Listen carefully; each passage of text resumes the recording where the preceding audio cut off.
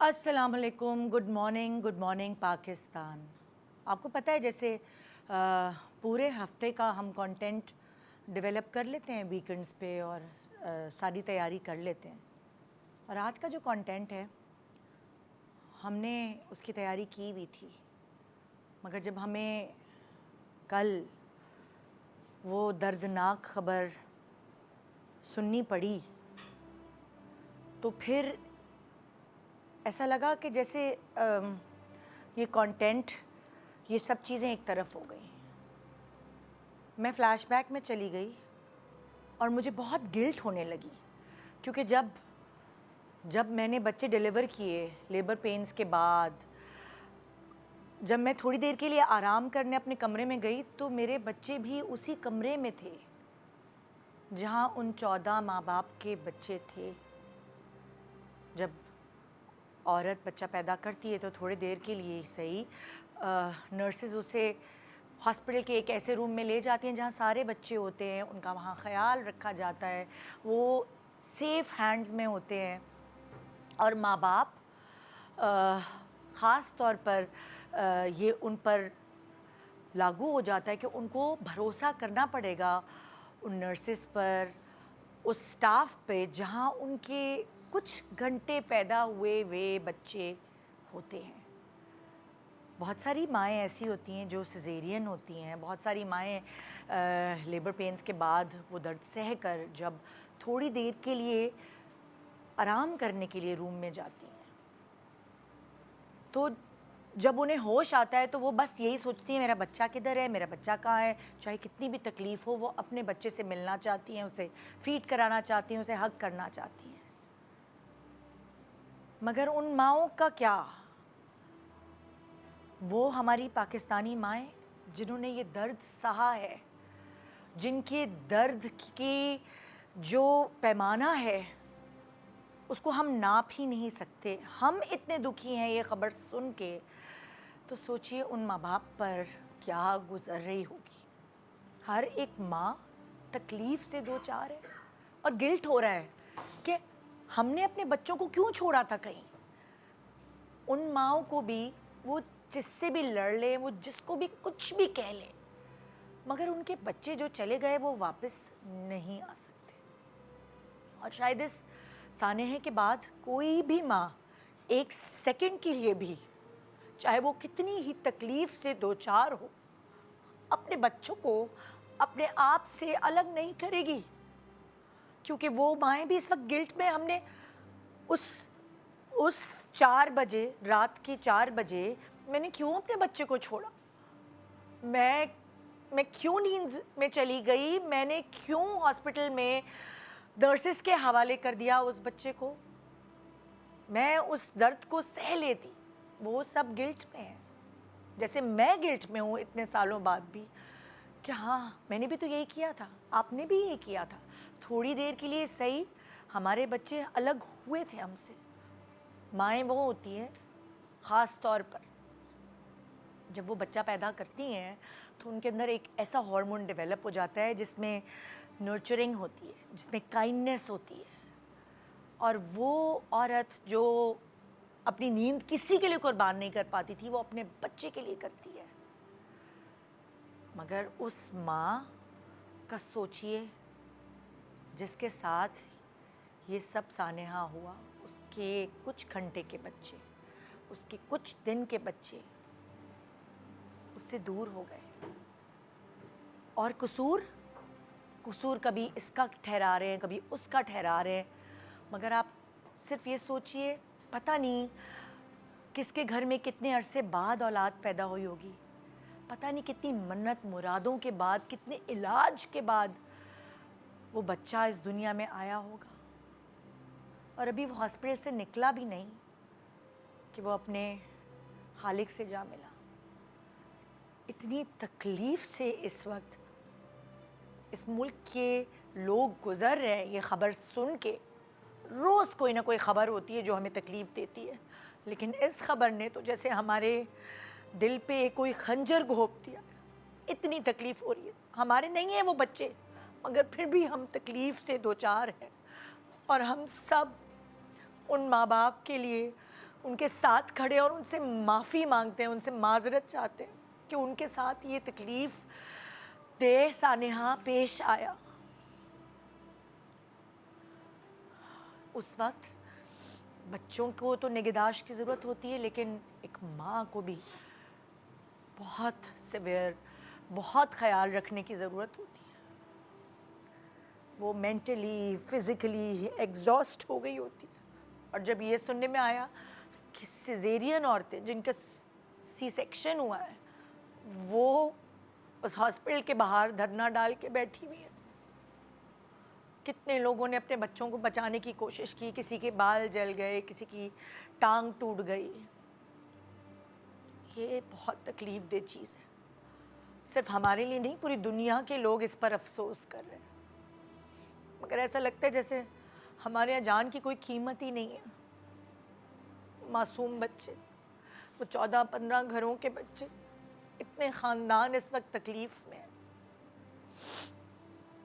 आज हमने पहले से कंटेंट प्लान किया हुआ था कि हमें किस तरह एक प्रेग्नेंट औरत को या एक माँ को सूद करने की ज़रूरत होती है। जब वो माँ बनती है, वो बच्चा डिलीवर करती है, तो हमें हमें उसका कितना ख़याल रखना चाहिए। अब सोचिए, मैं क्या करूँ आज का कंटेंट, मैं क्या करूँ ख़याल की बात। वो माएँ तो उजड़ गई, किस तरह संभालेंगे उन्हें। वैसे ही एक माँ बच्चा पैदा करने के बाद उसको डिप्रेशन होता है, बेबी ब्लूज़ होते हैं, उसको कितनी ज़्यादा ख़याल करने की ज़रूरत होती है। मगर इन माँओं को हम कैसे संभालेंगे, इन बापों को हम कैसे संभालेंगे, इन ख़ानदानों का ट्रॉमा किस तरह ख़त्म करेंगे हम। छोटा सा वक्फ़े के बाद आप आएंगे हमारे पास वापस। हम शुरू हो जाएंगे अपनी ज़िंदगी जिस तरह हम चला रहे हैं। हम आपके लिए प्रोग्राम लेकर आए, हम वही करेंगे। मगर ये तकलीफ़ बहुत गहरी है। हर माँ इस बारे में बात करते हुए भी रो रही है। एक आम औरत, एक आम बाप तकलीफ़ से दो चार है। अल्लाह ताला उन बच्चों को उन बच्चों को अपने, ज़ाहिर है वो जन्नत के हकदार हैं वो बच्चे, और वो जन्नत में ही गए होंगे। सिर्फ उन बच्चों के माँ बाप के लिए दुआ है कि उनको सब्र मिले, उनको हौसला मिले। अल्लाह मियाँ किसी तरह उनके दुखों पे, उनके दर्द पर मरहम रखे। हम उनके लिए सिर्फ यही दुआ कर सकते हैं। चाहे कोई कुछ भी कहे, चाहे कोई कुछ भी बयान दे, वो बच्चे लौट के नहीं आ सकते। Good morning Pakistan.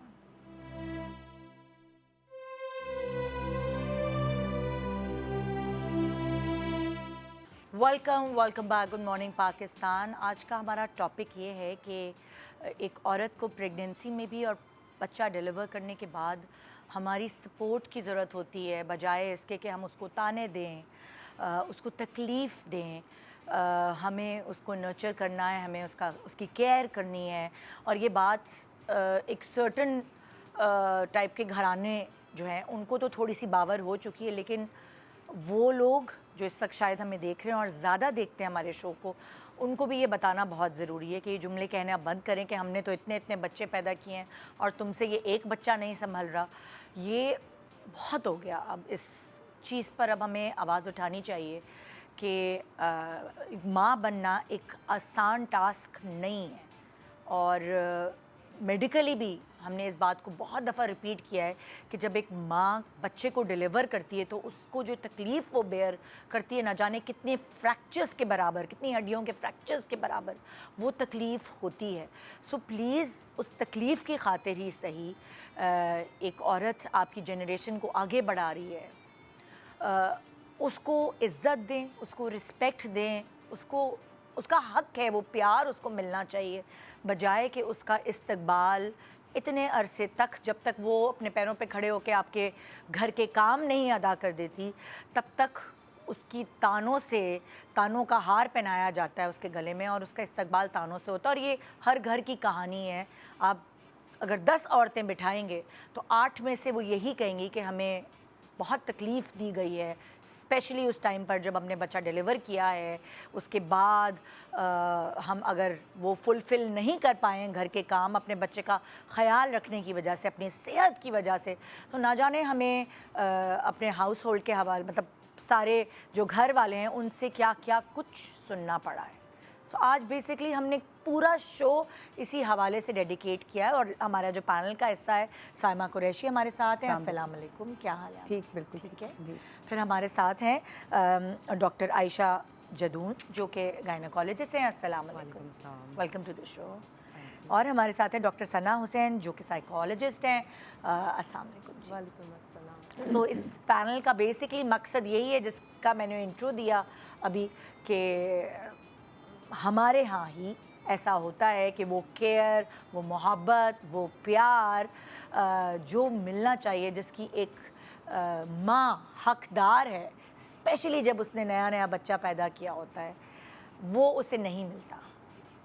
तो बहुत सारी चीज़ें नहीं मिलती, पर उसमें एक ये भी चीज़ है, और ये वो चीज़ है जो सारी उम्र याद रहती है। चाहे उसके बाद हस्बैंड सोने के भी बन जाएं, कुछ अरसे बाद उनको शऊर आए और उनके बच्चे बड़े हो जाएं या बच्चे जवान हो जाते हैं। अक्सर मियाँ बड़े अच्छे हो जाते हैं अपनी बीवियों के साथ, ताकि बच्चे देखें कि हमारे अब्बा तो कितनी मोहब्बत करते हैं हमारी माँ से। या फिर सासें भी जब वो बेड रिडन हो जाती हैं, फिर वो अपने बहू के साथ बड़ी अच्छी हो जाती हैं, या नंदे भी। लेकिन बहू को, बीवी को वो वक्त, वो पैच जो उसने बेयर किया होता है बच्चा डिलीवर करने के बाद स्पेशली, वो सारी ज़िंदगी उसके यहाँ कहीं रहता है। और जब वो सोचती है और अगर उसके वो दिन तकलीफ़ दे होते हैं, उसको तकलीफ़ पहुँचती है। ऐसा है? बिल्कुल है ना? बिल्कुल, बहुत मेजर फैक्टर है ये लाइफ बहुत। का। और हर औरत से अगर आप पूछेंगे तो आपको यही कहेगी कि बस चाहे अब कितने भी अच्छे हैं, वो दिन मैं नहीं भूलती। और अगर वो दिन अच्छे गुजरे हैं तो आप उसे पूरी ज़िंदगी इंजॉय करते हैं, बिल्कुल सही आप बात, याद करते हैं कि क्या दिन थे वो। सही बात है बिल्कुल। सो साइमा, तुम माशाल्लाह तुम्हारे 3 बच्चे हैं जी। तो तुम्हारा एक्सपीरियंस किस तरह रहा? मेरी सास बहुत अच्छी थी, अल्लाह बख्शे उनको। इतनी अच्छी थी कि मैं बयान नहीं कर सकती। मैंने ऐसी औरत अपनी ज़िंदगी में नहीं देखी, वो ऐसी औरत थी। तो अल्हम्दुलिल्लाह मेरा एक्सपीरियंस प्रेगनेंसी में और बहुत अच्छा रहा। लेकिन हम जैसे जनरल बात कर रहे हैं तो मैं यही कहती हूँ कि जब आप बेटियों की शादी, बेटों की शादी, क्योंकि मेरे तो 3 बेटे हैं, तो मेरे जहन में तो ये है कि आप किस माइंडसेट से रिश्ता लेने जा रहे हैं। तो जो आप डे 1 जो दिखा रहे हैं, या तो आप फिर आप झूठे हैं, मतलब आप इसको कंटिन्यू रखें ना जो आप हैं। और पहली बात तो जिस लड़की को आप लेकर आ रहे हैं वो आपकी नस्ल चलाएगी, उसको तो आपको सर पे बिठाना चाहिए। तो मुझे ऐसा लगता है लोगों को शादी करने की बहुत जल्दी होती है, लेकिन एटलीस्ट उसके बेसिक्स तो देखें। क्योंकि जैसे लड़का चाहता है कि जी मेरी माँ बाप की, मेरी फैमिली की इज़्ज़त की जाए, वैसे आपके लड़के पे भी वही चीज़ लागू होती है कि आप भी लड़की के माँ बाप की, उसकी फैमिली की इज़्ज़त करें। तो ये छोटी छोटी बेसिक चीज़ें हैं। और ये जहाँ तक आप प्रेगनेंसी की बात करें तो ये तो एक नेक्स्ट लेवल चीज़ है कि एक औरत एक बच्चा पैदा कर रही है तो उसको तो आप सर पे बिठाएं। और मैंने ऐसी बहुत सारी सासें देखी हैं जो अपने उनके साथ जो चीज़ें हुई हुई होती हैं, जितनी वो ट्रॉमा में हुई हुई होती हैं, तो वो फिर अपनी बहुओं के साथ भी वही चीज़ करती हैं। क्यों? मतलब ठीक है, लोगों के बैड एक्सपीरियंसेस होते हैं, उसको आप रिपीट ना करें ना, उसको आप कहीं दफन कर दें।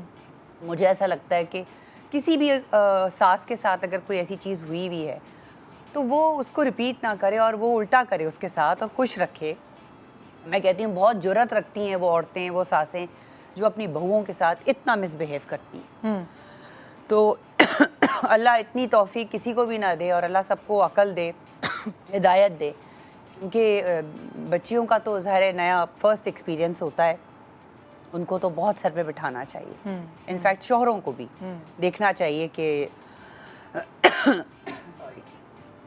कि हमारी बीवी है। और उसको असल में मर्द हजरात होते हैं ना, वो माँ में और बीवी में फंस जाते हैं, इधर माँ को खुश करो उधर बीवी को। नहीं, जो सही है वो करो।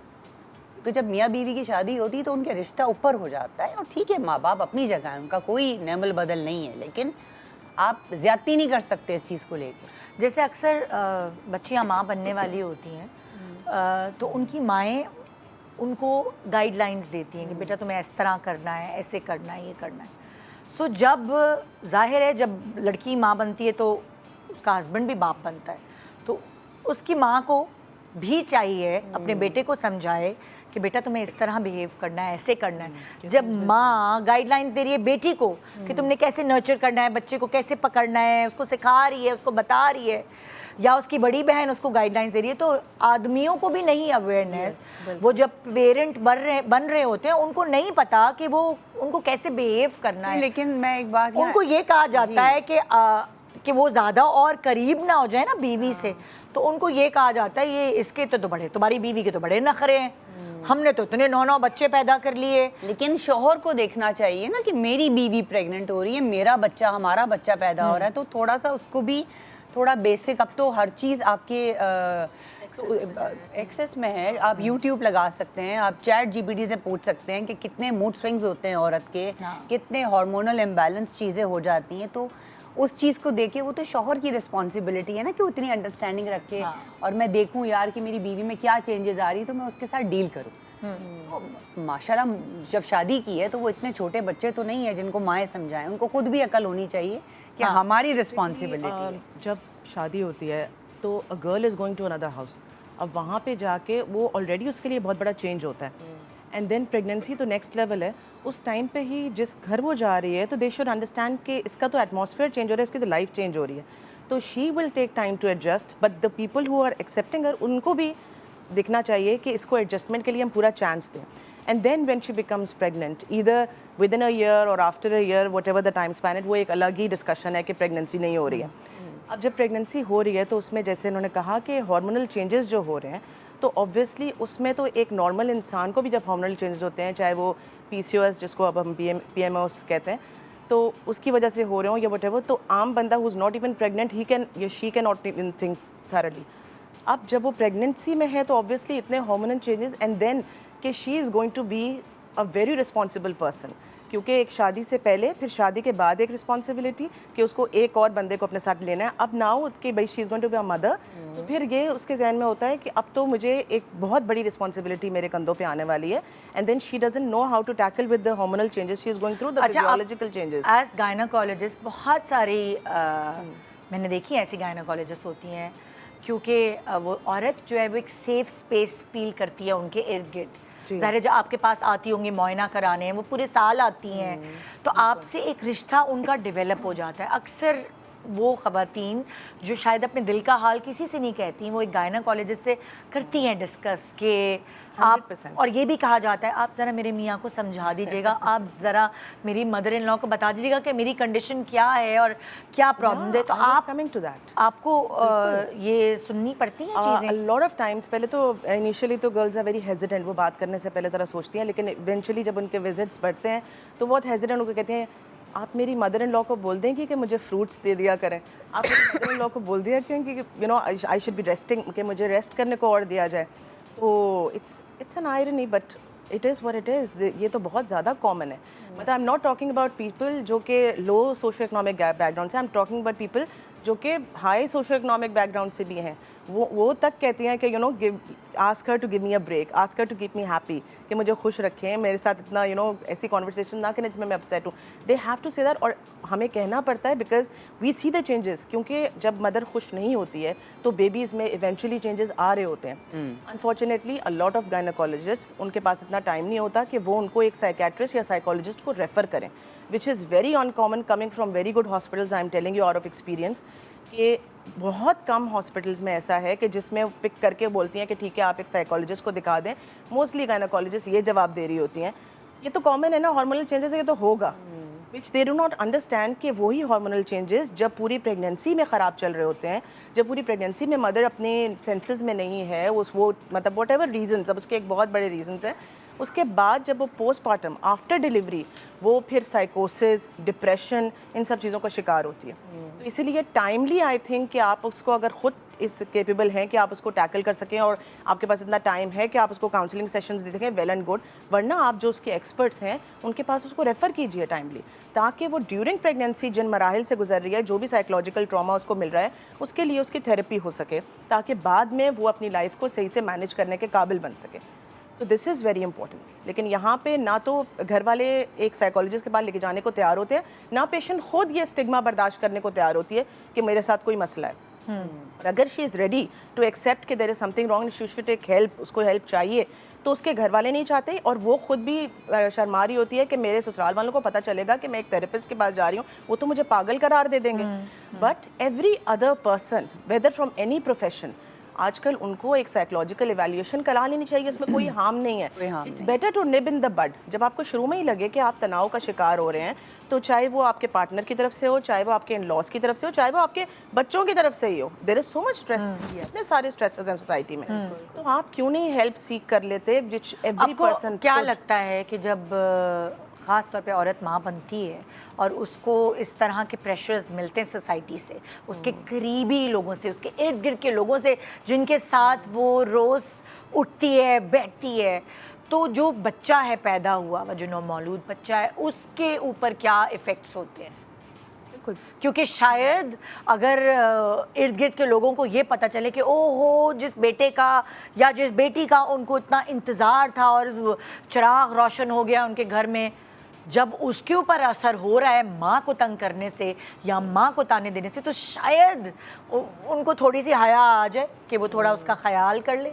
वैसे बच्चे जो मैंने देखा है ना, क्योंकि जब वही पेशेंट जिसको फर्स्ट टाइम में वो साइकोलॉजिकल सपोर्ट नहीं मिली, मॉरल सपोर्ट नहीं मिली, फिजिकल या फिर जो भी what ever support she wanted from the partner या फिर फ्रॉम द इन लॉज, उसको नहीं मिली, और घर वालों से भी ऑब्वियसली घर एक अलग उस पर रन कर रहा होता है, फिर आप अपने घर के तो रहते नहीं हैं, फिर आप ससुराल और उसके बीच में रह जाते हैं। अब जब वो सेकंड प्रेगनेंसी में आती है तो शी कैरीज दो सिम्टम्स अलॉन्ग, वो शुरू से वो उस साइकोलॉजिकल ट्रॉमा में होती है कि पहले भी ऐसा हुआ था ना, अब मेरे साथ क्या होगा। मतलब ये मैं एक बहुत कम मैं पोस्टपार्टम ब्लूज़ की बात कर रही हूँ। Blues is like for a time being होते हैं, फिर चले जाते हैं, फिर वो डिप्रेशन, अगर वो मतलब केटर टू नहीं किए जाएँ तो फिर वो डिप्रेशन में चेंज होते हैं, एंड दे कैन बी साइकोसिस ऑल्सो। ठीक है, तो ये 3 डिफरेंट चीज़ें हैं। अब अगर सबसे छोटी बात है कि ब्लूज़ हुए थे और वो 1-2 हफ्ते में चले गए, उस पर भी when she is in their next pregnancy, तो उसमें वो फेयर कर रही होती है कि पहले भी मेरे साथ ऐसे हुआ था, अब दोबारा ना हो जाए। तो वो पहले ही अगर उसको पता होता, अगर उसको साइकोलॉजिकल काउंसलिंग मिली होती, थेरेपी मिली होती, तो उसको पता होता कि I am now ready for the new one. तो अगर कोई पेशेंट अपनी ये शो करती है कि this is what I am going through, I went through before and she is showing the history, तो उसको टाइमली जो है ना एक साइकोलॉजिस्ट या एक साइकेट्रिस्ट को रेफ़र कर देना चाहिए। अब बच्चों की जो आप बात पूछ रही थी, तो आई have seen in my patients कि जब वो सेकंड प्रेगनेंसी में आते हैं तो वो बताते हैं मेरा पहले बच्चे ने बहुत देर से बात करना शुरू की, या मेरा पहला बच्चा 4 इयर्स का हो गया है but he is very rebellious, 5 साल का हो गया, बहुत रिबेलियस है। तो ऑब्वियसली जो मदर खुद ही साइकोलॉजिकली सेन नहीं है, वो अपने बच्चे पे तवज्जो सही से नहीं दे पाएगी, because she has so many things on her plate. तो बच्चे के सारे जो माइलस्टोन्स है वो डिले होते जाएंगे। हो सकते हैं, बिल्कुल हो सकते हैं, क्योंकि बहुत सारे बच्चे जो है ना वो बहुत डिले स्पीच होती है। अच्छा, एक और बात बताइए, जैसे जाहिर है जब माँ खुद डिस्टर्ब है और वो बच्चे को फीड करा रही है, तो फीडिंग के थ्रू क्या माँ का सारा स्ट्रेस टेंशन क्या वो बच्चे में होता है कन्वर्ट दूध के थ्रू? बिल्कुल बिल्कुल होता है। और फिर वो बच्चे कैसे कैसे बिहेव कर सकता है? अब वो बिल्कुल जो इन्फेंट बच्चा है उस पर तो we can not show, but again वो जब जैसे जैसे वो बड़ा होगा तो वो बच्चा सोसाइटी के लिए एक नॉर्मल तरीके से रिएक्ट नहीं करेगा। This I am sure the psychologist will tell better, because उनके पास ऐसे पेशेंट्स आते होंगे। But what I have seen through the patients, जो वो बताते हैं कि ये देखें, ये आपने डिलीवर कराया था लेकिन ये बच्चा जो है ना, ये मेरा बच्चा बहुत स्लो है, ठीक है, या फिर वो बहुत वाइल्ड होते हैं बच्चे, बहुत ज़्यादा ही वो उनको जो है ना वो चीज़ें अटेंशन सीकिंग एटीट्यूड होता है उनका, because the mother is not giving enough attention, और जो ससुराल वाले जो माँ को नहीं दे रहे वो बच्चे को बहुत बिगाड़ देते हैं in order to tell them कि हम तो बहुत अच्छे हैं। जैसे कि यू मेंशन कि फादर्स ट्राई कि टू टेल द चिल्ड्रन कि भाई हम तो बहुत अच्छे हैं, या मतलब मेरी बीवी पता नहीं क्यों ऐसे टैंट्रम्स थ्रो करती है। जीन्स में भी चीज़ें होती हैं ना, जीन्स में भी तो होती हैं। नीता, जो आप बात कर रही थी, जो आपने इनसे सवाल पूछा था कि क्या कॉम्प्लिकेशंस या बच्चे के साथ क्या हो सकता है, सो अगर मदर स्ट्रेस का शिकार होती है, एंग्जाइटी का शिकार होती है प्रेगनेंसी के दौरान, तो बहुत सारी रिसर्चेज ये शो करती हैं कि बच्चे के जो है लो वेट होने के चांसेस ज़्यादा होते हैं, या फिर प्री मेच्योर डिलीवरी के चांसेस बहुत ज़्यादा होते हैं। सो अगर आप चाहते हैं कि आपका बच्चा नॉर्मल हो, ठीक हो, उसका वेट भी नॉर्मल हो, प्री मेच्योर डिलीवरी ना हो और अदर टाइप्स ऑफ कॉम्प्लिकेशंस ना हो, तो उस दौरान मदर को प्रॉपर सपोर्ट की ज़रूरत है, सोशल सपोर्ट की ज़रूरत है, क्योंकि प्रेगनेंसी वो टाइम पीरियड है ना सिर्फ खुशी का एहसास लेकर आता है मदर के अंदर और पूरे घर वालों के अंदर, बल्कि साथ साथ एक फियर का एलिमेंट भी लेकर आता है माँ के अंदर। फेयर किस किस्म का होता है? एक तो उसकी आइडेंटिटी चेंज हो रही होती है, उसकी बॉडीली चेंजेस उसके अंदर बहुत ज़्यादा आ रहे होते Hormonal हैं, changes. हार्मोनल चेंजेस होते हैं, इवन उसकी फिजिकल अपीयरेंस भी बहुत Yes, ज़्यादा चेंज हो रही होती है, exactly. राइट? और फिर उसके बाद उसके अंदर जो इस तरह और फिर साइकोलॉजिकल हेल्थ भी उसकी डिस्टर्ब हो रही होती है। उसमें अगर उसको दूसरों से ये बातें सुनने मिले कि भाई तुम इतनी मोटी हो रही हो, तुम ये चीज़ों पे कर रही हो, तुम्हें ये इस तरह के कपड़े नहीं पहनने चाहिए, तुम्हें ये नहीं खाना चाहिए, तुम्हें वो नहीं खाना चाहिए, तुम ये काम करो, या हमने भी ये काम किए हैं तो तुम क्यों नहीं कर सकती हो, तुम्हें तो बस हर वक्त आराम करने की ज़रूरत है। सो यहाँ पर सब लोगों को ये चीज़ को अंडरस्टैंड करने की ज़रूरत है कि सबके साथ एक्सपीरियंसेस सेम नहीं होते, सबकी बॉडी डिफरेंट होती है, सबके सर्कमस्टांसेस डिफरेंट होते हैं, सबका एनवायरनमेंट डिफरेंट होता है और सबकी बॉडीली नीड्स डिफरेंट होती हैं। सो उसके अकॉर्डिंगली उसको केटर करना पड़ता है। एक छोटा सा ब्रेक ले रहे हैं, फिर हम इस टॉपिक को आगे बढ़ाएंगे। ये इस टॉपिक में बहुत सारी ऐसी बातें हैं करने को, और हो सकता है आप जो वहाँ बैठी हैं आपके दिल को ऐसे लगेगी शायद आपसे कोई जुल्म हो रहा है या आप पर ये सब कुछ बीती है, तो आपकी आंखें नम भी होंगी और शायद आपकी आंखें खुलें भी। Good morning Pakistan.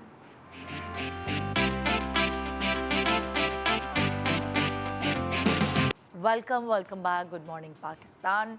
हम बार बार आज बावर कराएंगे आपको कि वो माएँ जो बच्चा डिलीवर करती हैं, वो प्रेग्नेंट औरतें, उनको केयर की, मोहब्बत, प्यार, अच्छे अल्फाज की ज़रूरत होती है उस वक्त। जिस तरह अगर आप अच्छी खुराक दे के उनको समझते हैं कि आपका फ़र्ज़ पूरा हो गया, नहीं, अच्छे अल्फाज, अच्छी तरह पेश आना, काइंडनेस, इस सब चीज़ों की ज़रूरत है, क्योंकि वो एक बहुत बड़ा काम कर रही हैं इस दुनिया में। चाहे आपकी माँ ने भी किया हो, चाहे ख़ानदान के सब औरतों ने किया हो, उन सब की रिस्पेक्ट बढ़ जाती है जब वो माँ बनती है।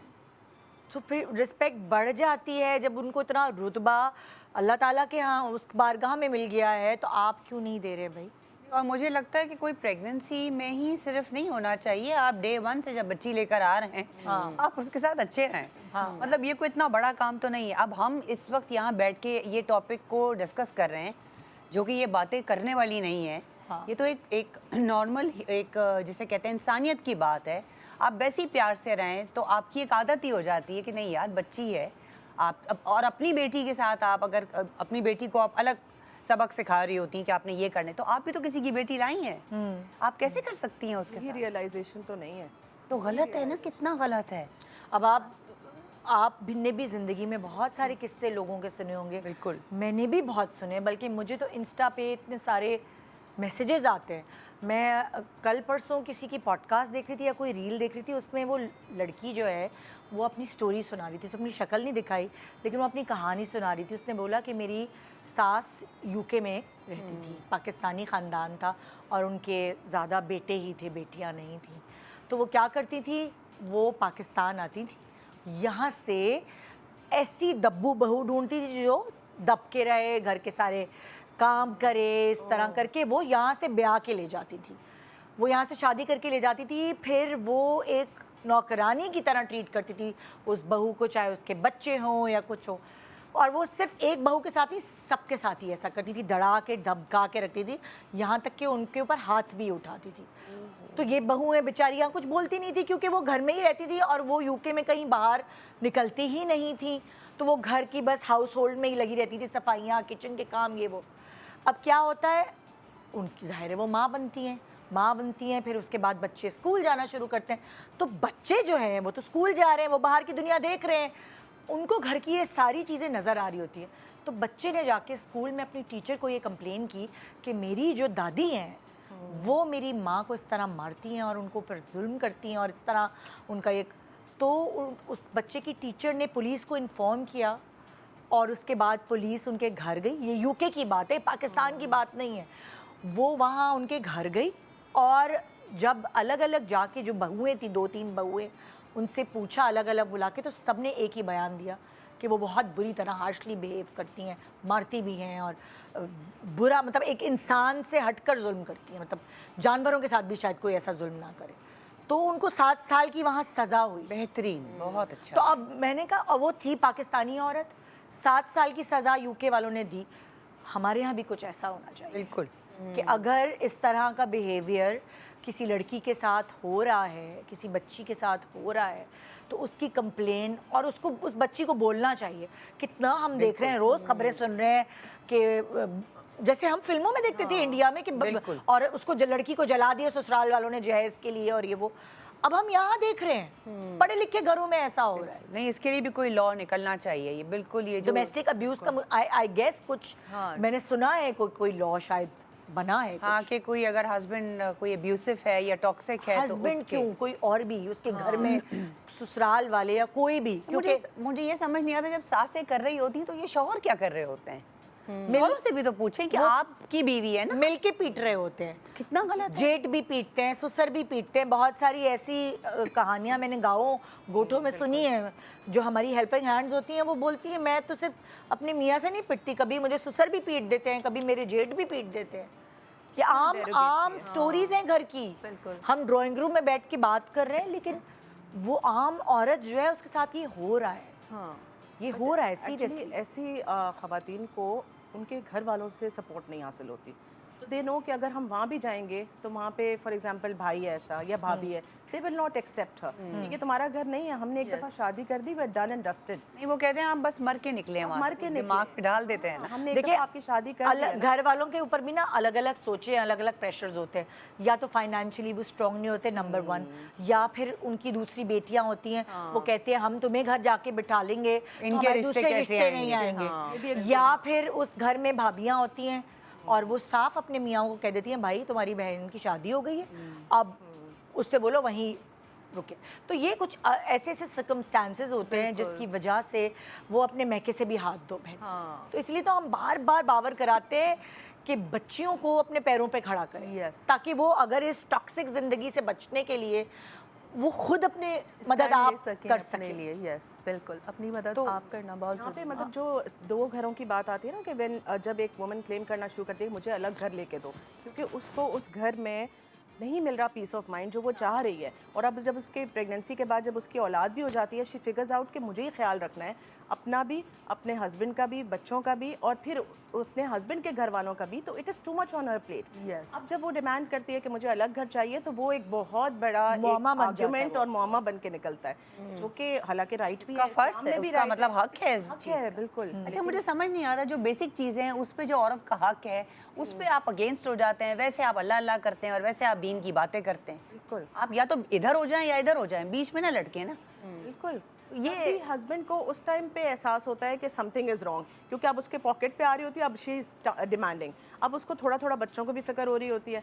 अब वुमेन अगेन वो थोड़ा सा रिस्क लेके बोल रही होती है, बिकॉज या तो वो अगर वो मानेगा नहीं, she had to go back to her own house, ठीक है, जिसमें माँ बाप मोस्ट ऑफ द टाइम उसको सपोर्ट नहीं करते या साल भर तक सपोर्ट करते हैं कि चलो क्या पता इससे उसको अलग घर मिल जाए। उसके बाद she has to go back to the same house 90% of the times. 10% of the times she becomes lucky कि भाई हस्बैंड मान जाता है कि ठीक है अब मेरा घर डिस्टर्ब हो रहा है, वो माँ बाप से सेपरेट कर देता है, ठीक है। तो ऐसे घर फिर मैंने देखा है कि मोस्टली सक्सेसफुल रह जाते हैं, बिकॉज अब वो उसका अपना हाउस होल्ड हो जाता है। नो मैटर उसका वर्कलोड डिक्रीज नहीं होता, बल्कि इंक्रीज हो जाता है, क्योंकि अब तो उसके पास बिल्कुल सपोर्ट नहीं रही। बट जो पीस ऑफ माइंड है ना, वो फिजिकल काम, कोई household chores are not difficult, लेकिन जो मेंटल ट्रॉमा हो रहा होता है ना, वो डिफिकल्ट होता है। ये बात मैं आपकी पिक करूंगी और मैं इसको रिपीट करूंगी कि घर के काम ये एक लड़ाई का जो बहाना बनते हैं, एक्चुअली ये नहीं होती बहाना, बिल्कुल होता है मेंटल पीस। आप मोहब्बत प्यार देते हैं तो औरत बिच जाती है आपके आगे। मैंने बहुत सारी खवातीन को अपनी दिल से अपनी सासों की खिदमत करते देखा है। क्यों? उनकी मीठी ज़बान की वजह से। बिल्कुल मीठी ज़बान की वजह से ना वो भड़काती हैं अपने बेटों को, बल्कि अगर वो लड़ते हैं अपनी बीवियों से तो वो सुलह सफाई कराती हैं, तो फिर वो बहुएं दिल से खिदमत करती हैं। ये सारा खेल, ये सारा मामला दिल का है, बिल्कुल सारा मामला। मेरे साथ बैठी हुई हैं वजिया। वजिया क्या कहेंगी हमें? मेरी शादी जो है वो बहुत कम एज में हो गई थी, 18 की मैं थी। मेरे हस्बैंड मुझसे तकरीबन 7-8 साल बड़े होंगे। 2 नंदे हैं मेरी। जो मेरी बड़ी नंद है उनके 12 बच्चे हैं और छोटी वाली नंद की मेरे साथ ही शादी हुई थी, दोनों बहन भाइयों की। तो मैंने फर्स्ट मंथ में ही कंसीव कर लिया था और मेरी नंद नहीं कंसीव कर पाई थी। शादी के 2 साल बाद जाके उसने कंसीव किया। तो मेरी जो नन थी वो आती थी, बड़ी वाली, 12 बच्चे, मेरी एज भी छोटी थी, तो काम में कोई लेट हो जाता था, कुछ होता था तो वो बद्दुआएं देती थी बाकायदा। और उनकी जो बद्दुआएं होती थी ना, वो ऐसे दिल पे जाके मेरे लगती थी।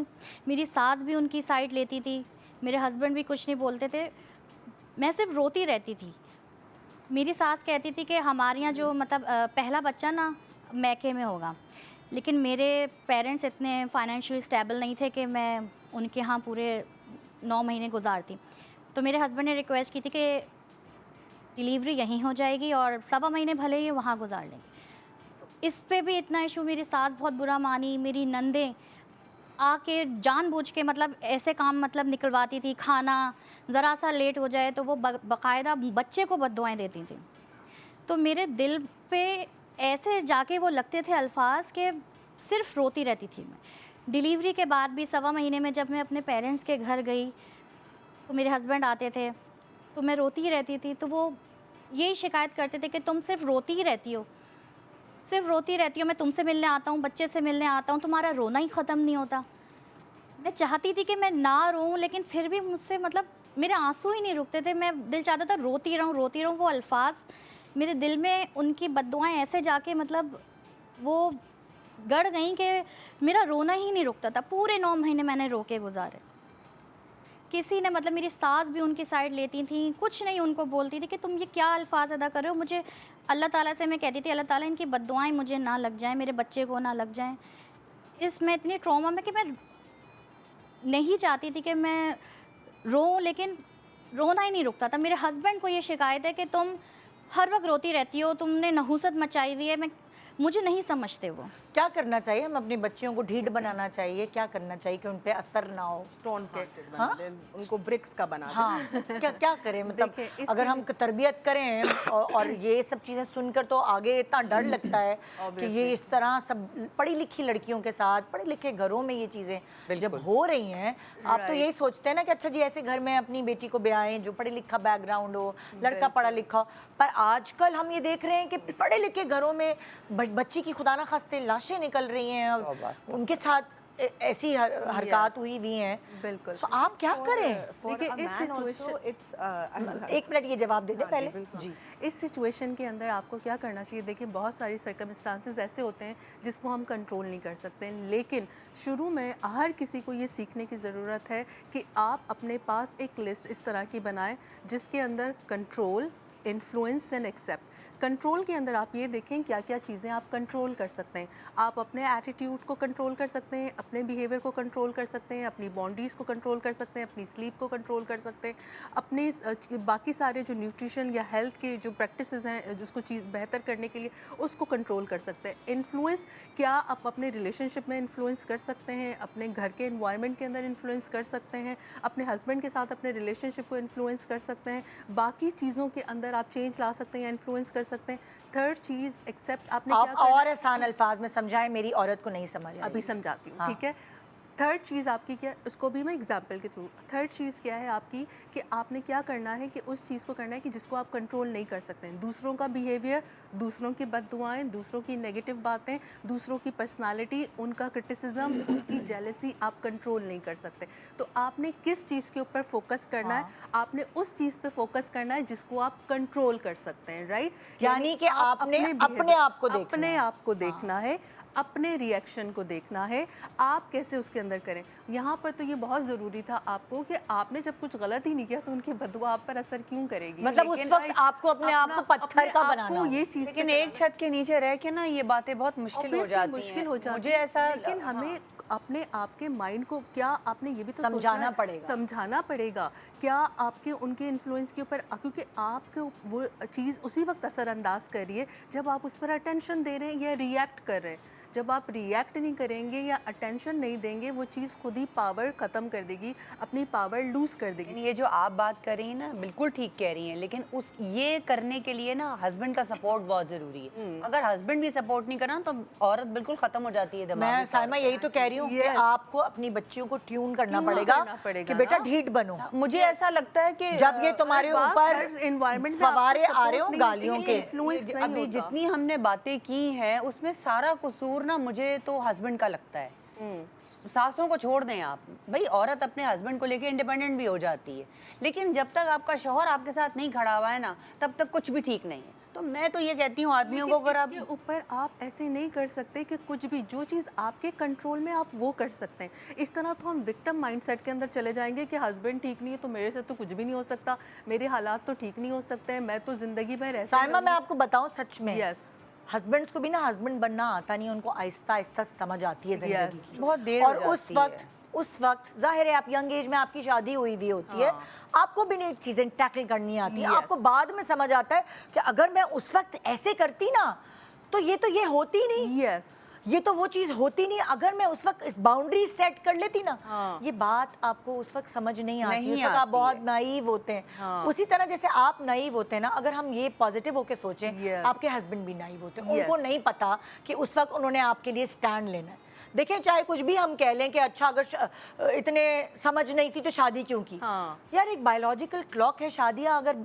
हमारे दीन में भी है कि बच्चों की यंग एज में शादियां कर दो ताकि वो गुनाह से दूर रहें। हाँ। तो अब अगर जिस तरह लड़कियां भी आहिस्ता आहिस्ता मच्योर रही होती होती हैं, हैं, हम mature उसी होते हैं। तरह वो लड़के भी आहिस्ता आहिस्ता सीख रहे लेकिन होते निदा हैं। अकल और है, शायद वो शऊर तीसरे है। चौथे बच्चे में उनको अकल आती है। लेकिन निदा शऊर अकल है, वो ये तो देखते हैं कि मेरी बीवी के साथ किस तरह से ट्रीट किया जा रहा है, इतना तो वो देखते हैं, इतना तो स्टैंड ले सकते उस हैं। वक्त उनको ना उनकी माँ भी लग रही होती है कि देखो मेरी माँ के साथ। स्टार्टिंग में बोला था कि जब एक when a woman is pregnant तो not only a woman is pregnant, actually एक कपल प्रेग्नेंट हो रहा जी, होता है। जी। ये चीज़ मदर इन लॉज या फिर जो उसकी अपनी मदर है उनको समझानी चाहिए हस्बैंड को कि now it's not only her responsibility, Yes. बल्कि आपकी भी एक रिस्पॉन्सिबिलिटी, आप भी फादर बनने जा रहे हो, and then now you have to play the husband's role double triple times, because अब आपके जो बेटर हाफ है उसको आपकी ज़्यादा सपोर्ट की ज़रूरत है कि she is carrying your child.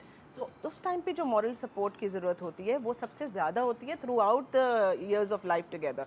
तो ये चीज़ हस्बैंड्स को शादी से पहले ही पता होनी चाहिए। Not only a woman should be that's the point, पहले पता होनी चाहिए, क्योंकि अगर लड़की का पहला एक्सपीरियंस है तो लड़के का भी पहला एक्सपीरियंस क्योंकि है। अगर आप about आप conditioning, आज के ज़माने में देखेंगे तो कपल्स ना एक दूसरे से कम्युनिकेट करके, Yes. जो पढ़े लिखे कपल्स हैं वो कम्युनिकेट करके बच्चा प्लान करते हैं कि देखो ये जिम्मेदारी होगी, ये चीज़ हमें छोड़नी पड़ेगी, ये चीज़ हमें अपनी ज़िंदगी में शामिल करनी पड़ेगी। जो बहुत समझदार बच्चे हैं वो प्लान करके करते हैं, और जब वो प्लान करके करते हैं तो लड़की और लड़का कम्युनिकेट करते हैं। ऐसे बहुत Communication कम बहुत कपल्स ज़रूरी होते हैं, लेकिन यहाँ पर सारा रोल आता है हमारी कंडीशनिंग का एज अ सोसाइटी कि हमने कैसे की होती है। हम लड़कियों को तो हर चीज़ के लिए तैयार करते हैं बट लड़कों को तैयार नहीं करते। मैं वही तो कह रही हूँ। आपके प्रोग्राम के जरिए ये मैसेज जाएगा कि भाई अब से अपने लड़कों को भी तैयार करना शुरू करो कि ज़िंदगी के ये वाला जो स्टेज है उसके अंदर उनको कैसे रोल प्ले करना है, एज अ फादर उनको कैसे मेंटली प्रिपेयर हो रहा है। लेकिन हमारी सोसाइटी के अंदर क्या होता है, बच्चा पैदा आप जो है वो चीज़ के ऊपर नहीं होता कि आपने सोच समझ के किया होता है, आपको इसलिए करना होता है कि आपको अपने आप को फिजिकली फिट दिखाना है कि भाई आप जो है रिप्रोड्यूस कर सकते हैं। फिर बच्चों की तादाद या लाइन इस वजह से लगती है कि भाई आपको दूसरे का बहन भाई लेके आना होता है, राइट। और फिर उसके बाद अगर 2 बहनें तो भाई तीसरा भाई आना चाहिए, या फिर अगर 2 भाई हैं तो फिर तीसरी जो है वो चीज़ पे बहन आनी चाहिए। आप इस वजह से जो है वो लाइन लगाते जाते हैं, आप ये नहीं सोचते कि आपके फाइनेंशियल सर्कमस्टांसेस क्या है, आपकी सिचुएशन क्या है, वेदर आप उनके साथ अच्छे से डील कर पाएंगे या नहीं कर पाएंगे। एक ब्रेक ले रहे हैं हम, ब्रेक के बाद हम वापस आएंगे, फिर इसको इलेबरेट करेंगे। बहुत सारी चीज़ें जहन में हैं हमारे भी, और अगर आपके भी हैं तो आप हमें SMS कर सकते हैं, आप हमें कॉल कर सकते हैं। मैंने जैसे कि कहा आज बहुत सारे लोगों की आंखें नम भी होंगी और शायद बहुत सारे लोगों की आंखें खुलेंगी भी। तो अगर 2-4 घरानों में ही थोड़ा सा सीज़ फायर हो गया या थोड़ा माहौल बेहतर हो गया, आज का फ़र्ज़ निभ जाएगा। Good morning Pakistan.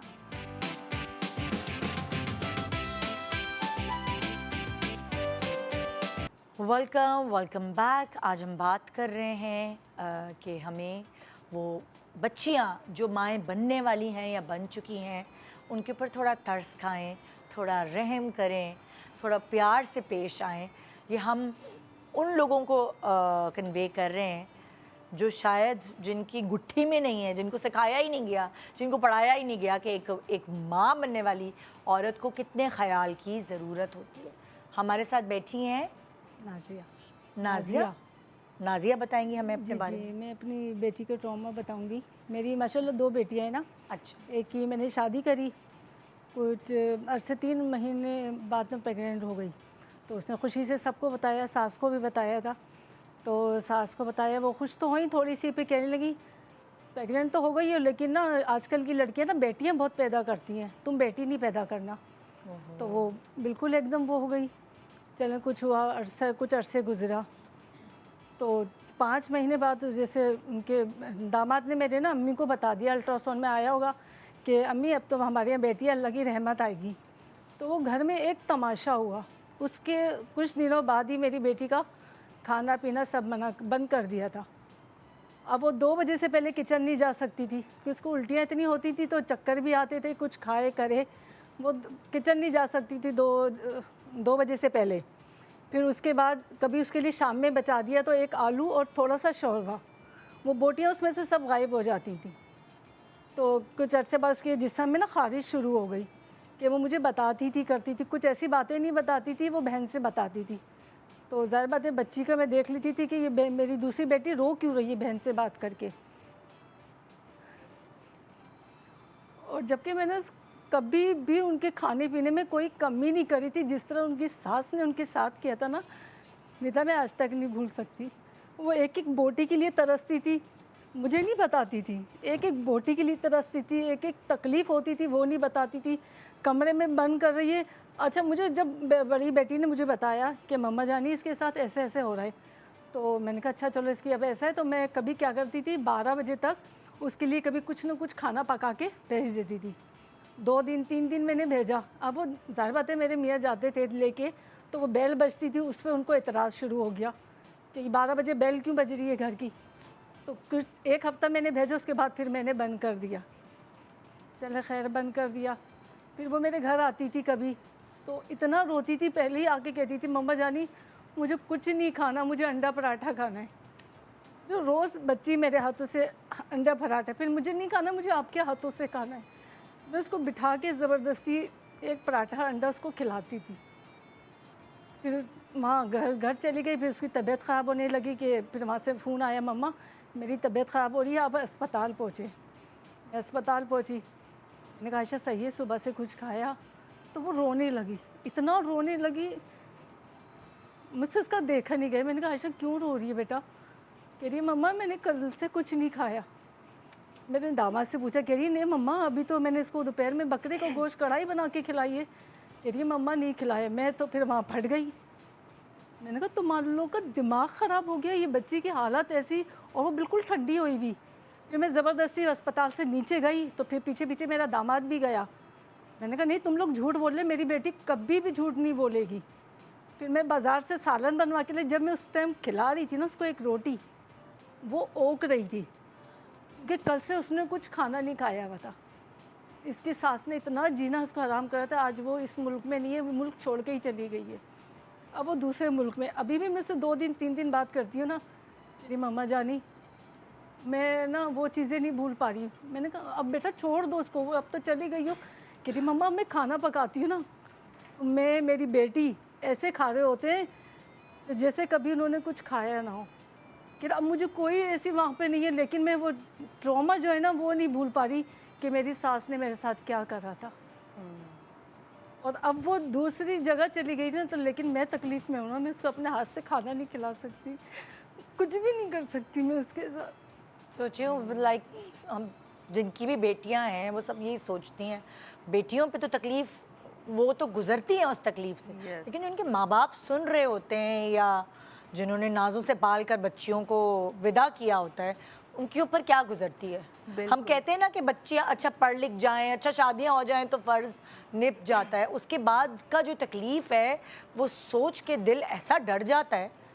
मतलब अभी तो हमारे बच्चों की शादी नहीं हुई है, मैं तो जब ये सुनती हूँ तो मेरा तो दिल ऐसा होता है कि पता नहीं अल्लाह, बस दिमाग यही कहता है अल्लाह मियाँ बच्चों को अच्छे लोग मिले, अच्छे लोग मिले। को और इनके हस्बैंड को ये सोचना चाहिए कि उन लोगों को देखें कि जिनको औलाद की अल्लाह ताला ने औलाद ही नसीब नहीं की, और इनको तो विदिन अ मंथ 1 महीने के अंदर वो हमल से हो गई थी ना, ठीक है, तो वो तो अल्लाह का शुक्र अदा करना चाहिए था कि आज बेटी है कल बेटा भी हो जाएगा, और अगर बेटा ना भी हुआ तो कौन सा ये जो है ना वो डायनासोर की आखिरी वो है इनके जनरेशन है कि इनके बाद उनकी औलादे नहीं होगी और दुनिया खत्म हो जाएगी। लेकिन आई डॉक्टर डोंट आयशा, अंडरस्टैंड कि लोगों की यहाँ क्या पर- इन्फैचुएशन यहाँ है पर मेल के एक साथ। चीज़ और बहुत ज़रूरी है कि ठीक है, इनको अंडरस्टैंड करना चाहिए तो वो नहीं किया, और हमारे यहाँ पर माशरे में लोग ऐसे हैं कि जो अंडरस्टैंड नहीं करते। यहाँ पर एक चीज़ जो सबसे पहले हमें कॉमन नज़र आई है इनके केस में, वो क्या नज़र आई, वो शुरू से उनकी सास कह रही थी कि मुझे बेटी नहीं चाहिए। ठीक है, तो यहाँ पर गलती इनसे क्या हुई कि जब आपको पता है कि एक टॉक्सिक सास है या उसने आपको पहले ही बिवेयर कर दिया है कि भाई मुझे बेटी नहीं चाहिए, तो आपको शुरू में ही उसको अनाउंस करने की ज़रूरत नहीं थी, उनको बताने की ज़रूरत नहीं थी कि अल्ट्रासाउंड में क्या आया है और क्या वो चीज़ पे नहीं, पता वो लगा है। तो इन्होंने थोड़ी बताया, वो तो बेटे ने बता दिया। बेटे ने खुशी में वही बता बेटे ने खुशी में बता दिया ना। खुशी में बेटे ने बता दिया, लेकिन यहाँ पर जब आपको वो चीज़ को पता है तो आपका शौहर हर वक्त तो आपके साथ नहीं जा रहा, और आपको पता है कि वो माँ के साथ इतना कनेक्टेड है और खुशी में बताएगा ही बताएगा, तो यहाँ पर लड़कियों को थोड़ा सा विजिलेंट भी होने की ज़रूरत है कि वो इस चीज़ को देखें कि हर चीज़ अगर पार्टनर को भी इतना ही वो चीज़ के ऊपर बताए कि ताकि वो उनकी रिलेशनशिप को ना ख़राब करे या उनकी लाइफ को मतलब खराब कि ना करे। बच्चियों को ना सियासतदान बनना पड़ेगा घरेलू सारी जिम्मेदारियों में भी। बिल्कुल। सियासत वहाँ पे भी चलती है। कि इन्होंने पहले बता दिया, ब्रेक कर दिया, उसके बाद उनके ऊपर जो है वो प्रॉब्लम्स आना शुरू हुई, खाना बंद होना शुरू हुआ, नहीं मिलना शुरू हुआ, ये सारी चीज़ें आपका दामाद बहुत कुछ नहीं ज़्यादा कहता था? प्रॉब्लमेटिक। वो अम्मी अब्बू को कुछ भी नहीं कहता था। नहीं, अपनी बीवी के हक में नहीं रहता था। नहीं, वो समझा देते तो छोड़ो, आई अभी सही हो जाएंगी अम्मी, इस तरह कर लो, इस तरह कर, वो खामोश हो नहीं तो जाती। बीवी भूखी रहती थी तो कहते थे खैर है भूखी रहो कोई बात नहीं। सुबह जाता था, शाम में आता था, ले आया, कभी कुछ खा लिया, लेकिन सारा दिन वो भूखी रहती थी। और जब उसकी बेटी हो गई थी ना, तो सास ताने मारती थी, इतनी कमज़ोर बच्ची पैदा करी है तुमने, इस तरह बच्ची पैदा करी है। मुझे ये समझ नहीं आती कि आप अक्सर बुज़ुर्गों को देखेंगे, सासों को, वो ज़्यादा दीनदार, वो खुदा के करीब ज़्यादा हो जाती हैं एक सर्टन एज पे, 5 वक्त की नमाजी हो जाती हैं, हाथ में तस्बीह होती है। उनको तो और काइंड होना चाहिए। नहीं। जब कोई मज़हब के करीब होता है वो और आजिज़ हो जाता है, वो और काइंड हो जाता है, उसको हुकूकुल इबाद का ज़्यादा, क्योंकि वो मज़हब को पढ़ना शुरू करता है ना। पूरी अक्सर हमने देखा है यहाँ पे लोग मजहब के करीब उल्टा नहीं हो हो रहे जाते होते, हमारे यहाँ पे मजहब के करीब नहीं हो रहे होते, सिर्फ दिखावा होता है कि रियाकारी है फिर तो वो। यस। जो ज़्यादा मजहबी है, जो ज़्यादा रिलीजियस है, जिसके सर पे दुपट्टा होता है हमेशा, आप उसकी रिस्पेक्ट करते हैं, हाँ। ठीक है ना। और आपको ये होता है कि ये काइंड भी होगा, क्योंकि ये हमारी रिलीजन के साथ जुड़ी हुई है चीज़। जो सच्चा मुसलमान है वो एक काइंड, दर्दनाक Yes. दिल रखने वाला, रहम दिल इंसान है। ये एक चीज़ जुड़ी हुई है, यस। मगर आई डोंट नो कि वही Unfortunately, कुछ लोग हाँ। ऐसे होते हैं जो जब ज़ाहिरी तौर पर जो बिल्कुल आपको लगेगा कि दाढ़ी टोपी, आई डोंट वांट टू से it, but you must have notice, उनको लगता है कि उन्होंने बख्शवा लिया, एंड दे आर राइट, क्योंकि उनका अल्लाह ताला से ताल्लुक़ बहुत स्ट्रॉन्ग है। बट वो ये भूल जाते हैं कि अल्लाह ताला ने बोला है कि हुकूक अल्लाह से ज़्यादा हुकूकुल इबाद ज़रूरी हैं। ये चीज़ वो भूल जाते हैं।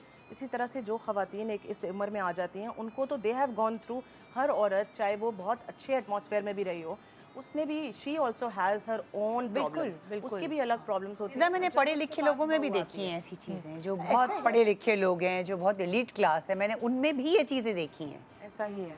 ये एक सर्टन लोग नहीं है, ये इनमें भी प्रॉब्लम्स हैं। जो सही अपनी कह रही बहुओं हो। को कहती हैं जी सुबह उठ जाएं और इतने बजे उठ जाना चाहिए, इतना फलां काम करना चाहिए, और उन्होंने अपने घर में जैसे एक जैसे कोई कहते हैं ना, कोई एक लॉ बना दी है, जैसे कोई हम कोई थाने में रह रहे हैं या क्या, ऐसा भी है। फ्लेक्सिबिलिटी नहीं देते हैं, क्योंकि जब वो नई लड़की घर पे आती है तो दे थिंक कि उनकी अथॉरिटी चैलेंज हो रही है। तो फ्लेक्सिबिलिटी देनी चाहिए और ज़्यादा देनी चाहिए, क्योंकि उस लड़की के लिए चेंज ऑफ एटमॉस्फेयर है ना, आपके लिए तो इट्स द सेम हाउस। आपको अकोमोडेट करना है एक नई लड़की को घर में, और फिर जब वो माँ बनने वाली है तो एक नई माँ को आपने अकोमोडेट करना है। Yes. अब उसके लिए ये जेंडर का जो इशू ये बता रही है ना, as a gynaecologist I would not even, मैं तो काउंट लूज हो गया है कि व्हेन women come और से कि ऐसा नहीं हो सकता कि I am planning my pregnancy, I am talking about, वही मैंने बताया कि हर सोशो इकोनॉमिक से कि मेरा पहला लड़का हो जाए, एंड स्पेशली आफ्टर लाइक उनकी 2 बेटियां हैं, उसके बाद वो आके कहते हैं कि फॉर एग्जांपल हमें आर्टिफिशियली जो रिप्रोडक्शन के ज़रिए आए होते हैं, उसमें सिलेक्शन नहीं हो सकती कि हमारा मेल ही हो, we are paying so much, ठीक है। तो मतलब आई एम लाइक के why do you think that way, आपको एक हेल्दी बच्चा मिल जाए, ठीक है, एक मेंटली फिजिकली हेल्दी बच्चा मिल जाए, वो अल्लाह ताला का शुक्र अदा करें, बजाय कि ये सोचना। बट वो वुमन इतनी मजबूर होती है कि she has to articulate that, वो आके बोलती है, कंसर्न्स अपने शो करती है। और इतनी दफ़ा ऐसा होता है कि 6 बेटियां अगर होती हैं, ठीक है, and then they are like के वो हस्बैंड्स आते भी नहीं हैं hospital, and the woman is all alone. और जब भी हम कहते हैं खुदा न खास्ता कुछ सिजेरियन पे जाना पड़े, हमें कंसेंट चाहिए, तो हस्बैंड्स आर नॉट देयर, फिर पेरेंट्स होते हैं, ठीक है, एंड देन हम लोग where the husband, husband needs to sign, नहीं वो तो आई नहीं क्योंकि ये छठी बेटी है ना, ठीक है। तो मतलब इतना इंसान को दुख होता है, लेकिन अब ये इतना नॉर्मल है कि अब मुझे अजीब लगता ही नहीं है, because every other house comes with the same problem कि एक बेटी है, अब दोबारा बेटी ना हो, ठीक है, या फिर पहली बेटी हो गई है, ओ गॉड अच्छा बेटी है, मतलब कोई बहुत कम ऐसे ख़ानदान है जो ये, या फिर जिनके 6-8 साल में बच्चे नहीं हो रहे, उनकी बेटी हो बेटा हो, दे आर हैप्पी। आयशा, मैंने ऐसे कपल भी देखे हैं जिनके बच्चे नहीं और वो हैप्पीली मैरिड है। मैंने ऐसे कपल भी देखे हैं, मेरे सर्कल में है, Right. वो happily married. It's all about आपका माइंडसेट क्या है। ये माइंडसेट चेंज करना होगा। ये ज़रूरी नहीं है कि आपकी बेटियां हैं या बेटे हैं या नहीं, जिनके बच्चे नहीं हैं वो भी खुश रहते हैं। तो मतलब आप खुश रह सकते हैं हर हाल में, बट आप रहना नहीं चाहते, तो आप अपना माइंडसेट चेंज करें। यही बात है। बाकी औलाद तो अल्लाह की देन है। शुक्र अदा करेंगे बेटा है या बेटी जो आपके नसीब में आपको मिल गया। Exactly. और आपको क्या पता कि जो बेटी है वो बेटे से भी बढ़कर आपके साथ, और यही होता है, हम पेरेंट्स से अपने इर्द गिर्द देख लें, अपने घरों में देख लें कि पेरेंट्स बताएंगे आपको कि बेटी ने मुझे संभाला। बेटियां एहसास वाली होती हैं। आजकल कहाँ संभालते, बेटी एहसास वाली होती अच्छा, है। Coming back to the gynae questions actually, अगर एक प्रेग्नेंट औरत को सही न्यूट्रिशन, सही खाना नहीं मिले तो बच्चे पर क्या क्या असर हो सकता है? ओके, अगर न्यूट्रिशन सही नहीं मिलती है, वो सही से खा पी नहीं रही, जैसे इनके केस में, तो बच्चा एक तो पैदा बहुत लो बर्थ वेट से होगा, या फिर अगर मदर साइकोलॉजिकली ठीक नहीं है, उसको खाने को बहुत कुछ मिल रहा है but she is not able to eat, क्योंकि अगर एंजाइटी होता है, डिप्रेशन होता है, तो नॉर्मली भी कोई खा पी सही से नहीं पाता, या तो वो ओवर ईट करता है या वो बिल्कुल खाना छोड़ देता है। तो जब मदर की अपनी न्यूट्रिशन ही ठीक नहीं होगी, तो ऑब्वियसली जो बच्चा पैदा होगा वो भी न्यूट्रिशनली डेफिशिएंट होगा, और जब वो न्यूट्रिशनली डेफिशिएंट होगा तो उसका ब्रेन भी सही से डेवलप नहीं होगा। तो फिर उसके जो डेवलपमेंटल माइलस्टोन्स है कि इतने टाइम पे उसने खाना शुरू करना है, इतने टाइम पे उसने फॉर एग्जांपल बच्चे बोलना है, शुरू करना दांत है, चलना निकालने शुरू हैं। करना है, हाँ, तो वो उस तरह से हो नहीं पाएगा। और जब उसका आईक्यू पे भी इफेक्ट होगा, मतलब कि उसकी इंटेलिजेंस लेवल भी कम होगा जब वो स्कूल में जाएगा, तो ये लॉन्ग टर्म इफेक्ट जो है माँ पे तो पड़ेगा ही, लेकिन उसके साथ साथ बच्चे भी पड़ेगा और बच्चे की डेवलपमेंट भी पड़ेगा। ये पैदाइश के थ्रू ही होगा। और उसके बाद बाद में जब माँ परवरिश करेगी तो ऑब्वियसली उसमें भी she will not be able to give her 100%, तो वो तो अलग ही है कि जिसमें उस पर बोलने की कुव्वत उसकी जो है वो सही नहीं होगी, क्योंकि मदर, बच्चा क्यों ज़्यादा बोलता है, क्योंकि जब बच्चे के साथ इंटरेक्ट करते हैं तो ज़्यादा बच्चा बोलना जल्दी शुरू करता है। अब जब आपने एक फ़ोन पकड़ा दिया कि just to get rid of your child, तो ऑब्वियसली बच्चे की हर तरह की सेंसेस, उसकी ग्रास्पिंग पावर, हर चीज़ उसकी वो होगी। लेकिन अगर आप उसको टॉयज़ देते हैं, आप उसके साथ बैठ के खेलते हैं, उसको वक्त देते हैं, तो ऑब्वियसली उसकी इंटेलिजेंस जो है वो फास्टर होगी, क्विकर होगी एज़ कम्पेयर टू आजकल के नॉर्मल मदर्स के भी who are not psychologically challenge, बल्कि वो वर्किंग मदर। तो वो क्या होता है कि मेड्स के पास, नैनीज़ के पास बच्चे होते हैं। अब वो नैनीज़ हाउ मच केयर जो माँ कर सकती है, ऑब्वियसली बच्चा नहीं कर सकता, लेकिन मजबूरी ये है कि आजकल के सोशल इकोनॉमिक स्टेटस में both the parents need to work. तो वो मजबूरी में अगर है तो whatever time the mother is getting, वो घर पे आके अपने बच्चे को दे सकती है। लेकिन उसमें भी मोस्ट ऑफ द टाइम जब गैजेट्स बच्चे के हाथ में होते हैं, तो आजकल न्यू रिसर्च के आई मुताबिक, want to come back to my topic. मेरा टॉपिक है जो मैंने आपसे पूछा कि बच्चे में क्या क्या चीज़ें, क्या क्या कमियां हो सकती हैं, क्या क्या एक प्रेग्नेंट औरत को खिलाना चाहिए ताकि उसको एक बैलेंस न्यूट्रिशन मिले, उस स्पेशली अपने लिए तो सही, लेकिन अपने बच्चे के लिए भी। प्रेगनेंसी में बहुत सारी बीमारियां होती हैं जिसमें आप over eating is not justified, लेकिन आप एक बैलेंस डाइट लें जिसमें हर किस्म के, आपका फ्रूट्स खाएं, आप वेजिटेबल्स खाएं, आप कार्बोहाइड्रेट्स भी एक लिमिटेड क्वांटिटी में लें। अगर आपको फॉर एग्जांपल डायबिटीज़ डायग्नोज हो गया ड्यूरिंग प्रेगनेंसी, जिसको GDM कहते हैं, जेस्टेशनल डायबिटीज़ मेलाइटिस कहते हैं, तो आप मीठी चीज़ें और कार्ब्स नहीं खा सकते। तो उसका मतलब ऑल्टरनेटिव, हाँ, नेबो मतलब ये होता है कि आप प्रोटीन्स लें, आप ज़्यादा गोश्त अपनी डाइट में ऐड कर लें, ठीक है, आप स्टेक्स ऐड कर लें, पसंदे बना लें, फिश खा लें, बिल्कुल ये सब चीज़ें आप, और फिर ड्राई फ्रूट्स आप ऐड कर सकते हैं। अच्छा, अब अगर औरत को खाने पीने की चीज़ें सब मैसर हैं मगर उसको वॉमिटिंग्स हो रही हैं, कोई चीज़ उसकी ठहरती ही नहीं है, अक्सर ख़वातीन इस सिचुएशन से गुजरती हैं, तो उसकी सूरत में आप लोग क्या रेकमेंड करते हैं? ओके, एक तो ये कि मेडिसिन होती हैं जिससे वॉमिटिंग एक्चुअली फर्स्ट 3 मंथ्स में होती है, ठीक है, जो उसके बाद वॉमिटिंग बहुत कम ऐसा होता है कि कंटिन्यू रहे, ठीक है। उसमें मेडिसिन जैसे लाइक मैं आपको बताऊं, मुझे 3 मंथ्स में होती थी, फिर बीच के 3 मंथ्स सकून से गुजरते थे, फिर लास्ट दिनों में होती थी, 3rd ट्राइमेस्टर में। तो ये आई डोंट नो, मेरे साथ ऐसे ये में हुआ है। ना मतलब एक तो ये होता है कि स्मॉल फ्रीक्वेंट मील्स जिसको कहते हैं, थोड़ी तादाद में, मिकदार में, और थोड़े थोड़े टाइम के बाद आपको मील्स लेने चाहिए। क्योंकि इकट्ठा, बिकॉज ऑब्वियसली आपकी बेली, आपका पेट इतना बढ़ रहा होता है कि आपके लंग्स भी दब रहे हैं, आपको सांस लेने में तकलीफ हो रही है, आपका स्टमक भी दब रहा है, आपका पेट की भी जगह कम हो रही है। तो आप इकट्ठे जैसे नॉर्मली पहले मील लेते थे वो तो आप ले ही नहीं सकते हैं, बट आप थोड़ी थोड़ी क्वांटिटी में मील्स कंज्यूम कर सकती हैं। और आप डिसाइड कर लें कि फॉर एग्जांपल मैंने ये मील लेना है, तो आप उसको थोड़ा सा रखने, फिर थोड़ी देर बाद दोबारा गर्म करके 2 घंटे में ले लिया, ठीक है। और भूख तो लगती नहीं है प्रेगनेंसी में मोस्टली, हो गया तो कुछ लोगों को बहुत लगती है या नहीं लगती, लेकिन आपको पता होना चाहिए कि मैंने ये फ्रूट लेने हैं। और ये आपको जो आपकी गायनेकोलॉजिस्ट हैं वो एक डाइट चार्ट भी देते हैं, मोस्ट ऑफ द गायनेकोलॉजिस्ट, या फिर आपको एक डाइटिशियन के पास वो रेफ़र करते हैं, वो आपको एक चार्ट बना के देते हैं if you are not able to take a healthy मील।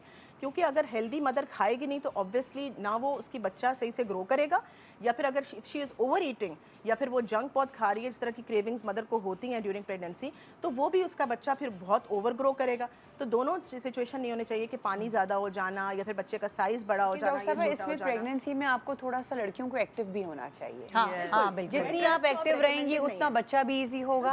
हाँ, अगर खुदा ना खास्ता कोई कॉम्प्लिकेशन है तो वो एक अलग बात है कि आपको बेड रेस्ट दे दिया, लेकिन मुझे ऐसा लगता है कि जितनी बच्चियां हमारी एक्टिव रहेंगी ना, काम करती रहें इधर उधर ये वो, जितनी वो एक्टिविटी अपनी रखेंगी उतना बच्चा भी हेल्दी होता है और उसकी मूवमेंट भी बहुत अच्छी होती है। क्योंकि मैं तो इसीलिए जो है ना, और उनकी cesarean का rate एक्टिविटी, भी बढ़ रहा है। उनकी एक्टिविटी ना उनकी मतलब की होनी चाहिए। हाँ, आप जबरदस्ती सासे कहें, देखो ये लोग कह रहे हैं नहीं, एक्टिव होना चाहिए, चलो हांडी चूल्हा खुशी करो खुशी, वैसे। नहीं खुशी नहीं, खुशी उसमें खुशी। जॉय का एलिमेंट होना चाहिए जिससे आपको खुशी मिलती है। बिल्कुल। लाइक फॉर एग्जांपल, एक ब्रेक के बाद आके हम हाँ, इसको डिस्कस करते हैं। right. Good morning Pakistan.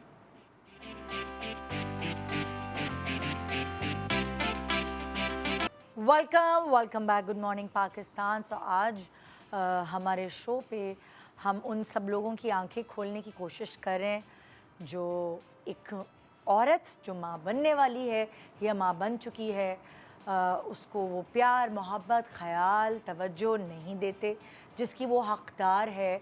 और ख़ास तौर पे इस वक्त पे, वैसे तो हर वक्त पे ही ज़रूरत होती है हर इंसान को एक दूसरे की तवज्जो की, लेकिन इस वक्त पे उसको सब घर वालों की तवज्जो की ज़रूरत होती है और उस ज़रूरत को पूरा करना उसके इर्द गिर्द वालों का फ़र्ज़ है। हक़ जताने के लिए भी वो कहते हैं ना कि इज़्ज़त इंसान ख़ुद कमाता है। बिल्कुल। तो अगर सासों को वो इज़्ज़त चाहिए, क्योंकि अभी बहू को ज़रूरत है आपकी, और जब आप खुदा ना खास्ता बेड रिडन होंगी या आपका वक्त आएगा तो यही जो इन्वेस्टमेंट है मोहब्बत और प्यार की, यही आपके काम आएगी। क्योंकि आपके बेटे तो चले जाएंगे ऑफिस, जो आपके इर्द गिर्द रह जाएगी वो होगी आपकी बहू।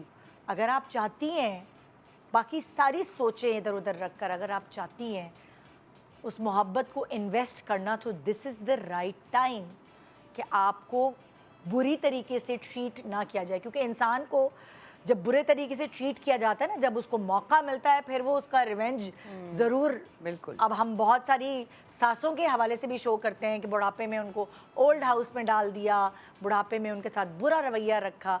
सो थोड़ा सा ये गौर करें कि क्या ये मकाफ़ात अमल तो नहीं, क्या ये वो आपको नहीं मिल रहा उसका फल जो आपने बोया है वही आप काट रही हैं। सो बेसिकली ये मोहब्बत की इन्वेस्टमेंट है जिसके बारे में हम आपको, और ये उस बच्ची की ज़रूरत है। और मैंने देखा है कि सासें अपनी बहुओं की तारीफ़ें करते हुए थकती नहीं है कि उन्होंने बहुत खिदमत की, तो इसीलिए उन्होंने खिदमत की होगी कि उन्होंने भी उनको वही मोहब्बत, वही शफ़क़त, वही प्यार अदा किया होगा। Command respect, demand respect. Exactly. आपका नाम? हाजरा। हाजरा, क्या कहेंगी? मेरी शादी हुई थी लव मैरिज जी। तो मेरी शादी के 2 महीने बाद मेरे हस्बैंड आउट ऑफ कंट्री चले गए। मैं प्रेग्नेंट थी। अच्छा। लेकिन मेरी सास ने मुझे डे 1 से एक्सेप्ट नहीं किया। उनके जाने के बाद उनका रवैया बहुत ज़्यादा ख़राब हो गया, मतलब जहनी टॉर्चर करना, ताने देना, तंज करना। हालांकि मैं प्रेग्नेंट थी, वो उन्होंने इस चीज़ को भी एक्सेप्ट नहीं किया कि इतनी जल्दी कैसे प्रेग्नेंट हो गई, इतनी जल्दी इसने फ़ौरन, एक तो शादी इसने मर्ज़ी से कर ली। उसके बाद ये हुआ कि कुछ टाइम बाद, यानी कि 1.5-2 महीने बाद अचानक मेरे हस्बैंड जो है ना वो आ गए वापस।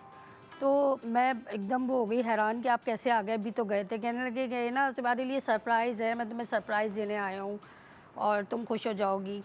लेकिन क्या हुआ कि अंदर ही अंदर कुछ खिचड़ी पक रही थी। मेरी सास ने मेरी नंद का कहीं रिश्ता किया तो उन लोगों ने ये शर्त रखी कि वट्टा सट्टा करो। और उनकी जो मेरी नंद की जो होने वाली नंद थी वो थी डिवोर्स। तो उन्होंने कहा कि आप अपने जो शादीशुदा बेटा है उससे मेरी बेटी की कर दें, मैं आपकी बेटी ले आती हूँ। ये चीज़ मेरे सब नॉलेज में नहीं थी। मेरी सास ने मेरे हस्बैंड को इमोशनल ब्लैकमेल किया कि जो है ना, तुम बड़े हो, तुम्हें कुर्बानी देनी पड़ेगी, मैंने तो तुम्हारी बात रखी, तुम्हारी लव मैरिज करा दी, अब तुम मेरी शर्त पूरी करो। तो मेरे हस्बैंड जब आए ना तो उनका बिहेवियर बहुत चेंज था मेरे साथ ना, बिल्कुल अपोजिट। लग ही नहीं रहा था हमारी लव मैरिज, ऐसा भी नहीं लग रहा था कि अरेंज है। सास के साथ मिल गए वो और खूब हमारे साथ ना, मतलब मेरे साथ बहुत गलत बिहेवियर हो गया, इतना कि मैं मजबूर होकर मैं खुद मैके चली जाऊँ। और आखिर में उन्होंने ये कहा कि तुम ऐसा करो, कुछ अर्से के लिए ना मैके चली जाओ तो तुम्हें ज़हनी सुकून होगा। और मैं आया हूँ तो यहाँ पे चिक हो रही है, तुम्हारी अलग, अम्मी की अलग, मैं किसकी सुनूँ। तो मैं अपने मैके चली गई। जब मैं मैके से कुछ अरसे बाद वापस आई हूँ, मेरा 7 मंथ था प्रेगनेंसी का, तो जब मैं वापस आई हूँ तो देखा घर में एक खातून मौजूद है और मेरी नन की उन्होंने अंदर ही अंदर शादी भी कर दी। मुझे शादी का भी कोई नॉलेज नहीं कि शादी हो गई। अब जब मैंने पूछा, मुझे पूछने पे पता चला कि तो ये सरप्राइज़ था मेरे हस्बैंड का। अब मैं चीखी चिल्लाई रोई, उस पर जो है ना ये हुआ कि सास साहिबा और हस्बैंड दोनों मिलके मुझे मारपीट करने लगे कि भाई देखो, और तुमने एक्सेप्ट करना है, रहना रहो, वरना तुम्हारी मर्ज़ी है, जाने जाओ। क्योंकि उनको पता था कि ये तो प्रेग्नेंट है, ये कहाँ जाएगी। और ना मेरे पेरेंट्स इतने इस्टेब्लिश थे कि वो मुझे रख सकें दोबारा, और चलो रखना तो रखना, फिर मैं बच्चा भी लाजमी होने वाला है। वो वक्त ऐसा था कि मैं बिल्कुल खामोश हो गई और मैं एक्सेप्ट करना ना करना तो दूर की बात, बस वो जबर था मुझ पे, वो मैं सहती रही। उन लोगों के जुल्म बढ़ते रहे। वो जान के मुझे ना मेरी सास मारने लगी मेरे हस्बैंड के सामने, लेकिन मेरे हस्बैंड को पता नहीं उनके शादी का क्या खुमार था, क्या नहीं था, और वो सब भूल गए कि हमने कैसे शादी की थी। इतना उनका जुल्म हुआ कि वो मेरे पेट पे मारती थी कि किसी तरीके से ये बच्चा ख़त्म हो जाए। और आखिर यही हुआ कि मेरे दोनों बेटे जो हैं वो उनकी डेथ हो गई 7 मंथ। यानी कि मेरे दोनों बेटे 7 मंथ में उनकी ग्रोथ रुक गई। जब मैं हॉस्पिटल गई हूँ, डॉक्टर ने कहा इनकी तो ग्रोथ रुक चुकी है, बच्चे जो हैं वो सूखना शुरू हो गए हैं, इनकी कमज़ोर होना शुरू हो गए हैं, आपकी ड्यूरेशन तो बढ़ती जा रही है, ग्रोथ बच्चों की रुकी हुई है। तो डॉक्टर ने मुझे कहा या तो तुम ऐसा करो कि बच्चे डिलीवर करवा लो, या फिर जो है ना जैसे तुम सही समझो। लेकिन जब बच्चे डिलीवर हुए तो दोनों बच्चे मेरे जो हैं वो डेथ हो चुकी थी, दोनों बेटों की। और बस वो दिन था कि मैं अभी तक जो है ना मैं याद करती हूँ। हालांकि सब एक्सेप्ट कर लिया था तो भाई बख्श देते, नहीं मारपीट करते, मेरे बच्चों को छोड़ देते, मेरे बच्चे मेरे साथ सही रहते, मैं अपने बच्चों में मगन हो जाती, आप अपनी ज़िंदगी जीते। लेकिन मेरे बच्चे चले गए और वो खुश हो गई, वो जीत गई। उनका मारपीट, उनका जुल्म आज तक मैं नहीं भूली। 7 साल हो गए इस बात को। इतनी बड़ी बात है, कैसे लेकिन मैं आप नहीं भूली। और मेरे एक नहीं, मेरे दो बेटे। अब क्या है, अब मेरे पास बेटी है, अब मेरी एक बेटी हुई उसके बाद, लेकिन मेरे पास बेटे नहीं है, लेकिन उसका है, मुझे ताना मिलता है। क्योंकि मेरे देवरानी आई अब तो उसके यहाँ बेटा, वो देवरानी तक मुझे ताना दे रही है, कहती है देखें आपके होते हुए भी मैं जो है ना, सबसे पहले मैंने बेटा दिया इनको। मेरे समझ में नहीं आया कि मैं क्या बोलूँ कि मैंने अपने बेटे खुद मारे। मेरे साथ इतना तो जुल्म हुआ है, इतना मुझे मारा पीटा गया, और मेरे हस्बैंड कुछ भी नहीं कर पाए, ना उन्होंने किया ना वो करना चाह रहे थे। जो करना चाह रहे थे उन्होंने ये देख लिया कि बहन के लिए कुर्बानी देने। आज बहन क्या, अल्लाह माफ़ करे, बोलना नहीं चाहिए, बहन की औलाद नहीं है। 8-9 साल हो गए शादी को, बहन की औलाद नहीं है, लेकिन मेरी औलाद भी छीन ली उन्होंने। आज मैं बिल्कुल जब भी वो वक्त याद करती हूँ ना तो मैं सब रिपीट होता है दोबारा, मैं बहुत खौफज़दा हो जाती हूँ और मैं रोती हूँ कि मेरे बच्चों का क्या कसूर था। इसी तरह बहुत सारे घरों की कहानियां घरों की हैं। कहानी सारी ये तो ये मुझे समझ नहीं आता, इनको अगर बेटे चाहिए होते हैं तो जाके अडॉप्ट क्यों नहीं कर लेते? अगर बेटों में इतनी जान फंसी हुई है तो एक औरत की जिंदगी क्यों खराब करते हैं? आप जाके अडॉप्ट कर लें। मतलब जो औरत आपको बच्चा दे रही है उसकी कोई वैल्यू नहीं है आपकी अच्छा, जिंदगी यहाँ में। बेटों की तो बात ही नहीं है, यहाँ हाथ उठाने की बात है। हाँ, हाउ डेयर, एक सास को क्या हक है कि वो अपनी बहू पे हाथ उठाए? सास हो या और दूसरे ससुराली रिश्तेदार या मियाँ हो, एक इंडिविजुअल, एक अडल्ट पे आप कैसे हाथ उठा रहे हैं? हम तो बच्चों पे हाथ उठा रहे होते हैं, जो माँ बाप, उनको अब जो है सोसाइटी उनको लान तान करने लगी है कि बच्चों को नहीं मारना चाहिए। Yes. तो आप इस तरह करके एक अडल्ट के ऊपर हाथ उठा रहे हैं। डोमेस्टिक अब्यूज जो है अब उसको उसकी बहुत सख्त सजाएं Violence होनी तो- चाहिए। जब तक 2-4 सास या डोमेस्टिक अब्यूज करने वाले हस्बैंड जेल में मतलब जेल में ना बंद हो या उनको पूरा एक वायरल ना किया जाए, तब तक ये चीज़ नहीं होगी। बहुत ज़रूरत है इस कैंपेन की कि जो इस तरह के लोग करते हैं ना उनको दुनिया को दिखाया जाए कि देखो ये मारते पीटते थे तो हमने इनका ये हाल किया। अभी तक तो ये हम- बहुत ज़रूरत है एक माशरे को सुधारने के लिए बिल्कुल। कि जो भी डोमेस्टिक अब्यूज़ कर रहा है चाहे वो कोई भी है, कभी कभार औरतें भी मर्दों पर बहुत हाथ उठाती हैं, ये भी कहीं कहीं देखा गया है। हाँ ऐसा भी है। इनके केस में हम केस भी था ना जो मर्डर, ये तो एक मर्डर है समझ लें, उन्होंने भी उसको न्यूट्रिशनली डिप्राइव्ड रखा ताकि खाना पीना ना दो तो बच्चा खुद ही मर जाए। मर्डर है बिल्कुल। ठीक है, और ये भी है। अब ये इसको कैसे रिपोर्ट करें? ये तो फिजिकली इन्होंने खुद किया, वो उन्होंने साइकोलॉजिकली उसको प्रेशर दिया और फिर उन्होंने उसको न्यूट्रिशंस नहीं दी ताकि वो खुद ही जो है ना वो बच्चा कमज़ोर होकर मर जाता है इवेंचुअली, जैसे इनके केस में हुआ। और ये तो फिजिकली भी टॉर्चर कर रहे थे। तो बात वही है कि इनकी लव मैरिज थी। अब ऐसी बहुत कम औरतें हैं जो इतनी ब्रेव हैं कि वो जाके ये इनिशिएटिव लेके मुझे मेरे ससुराल वाले, बिकॉज वो एक डोर ओपन रखना चाहती हैं, एक विंडो ओपन रखना चाहती है वापसी का। ठीक है, अभी भी आप अपने ससुराल में ही रह रही हैं जी। देखें, अब वही वाली है ना कि इतने उसके बाद भी she has this thing, she ये नोज सब लोगों को रोज दिखती होगी जिसने इसके ऊपर जुल्म किए। मुझे एक प्लीज बात बताइए, क्योंकि बहुत सारे इंसान बड़े काइंड भी होते हैं, बड़े मोहब्बत करने वाले भी होते हैं, और सिर्फ अपने घर वालों के लिए नहीं दूसरों के लिए भी। ये जालिम, ये जुल्म वाला जो एलिमेंट है वो इंसान में किस वजह से पैदा होता है? मतलब कि हम एज माएँ अपने बच्चों को बहुत अच्छा पालने की कोशिश कर रहे होते हैं, उन्हें तहजीब और तमीज़ सिखा रहे होते हैं, जानवर से मोहब्बत करो, इंसान से मोहब्बत करो, बड़े की इज्जत करो, छोटे से प्यार करो। तो ये जुल्म का एलिमेंट इंसान में कहाँ से आ जाता है? एज ए साइकोलॉजिस्ट आप इस पे क्या कहेंगे? देखिए, बहुत दफ़ा तो हम अपने सर्वाइवल के लिए भी बहुत सारी चीज़ें कर रहे होते हैं।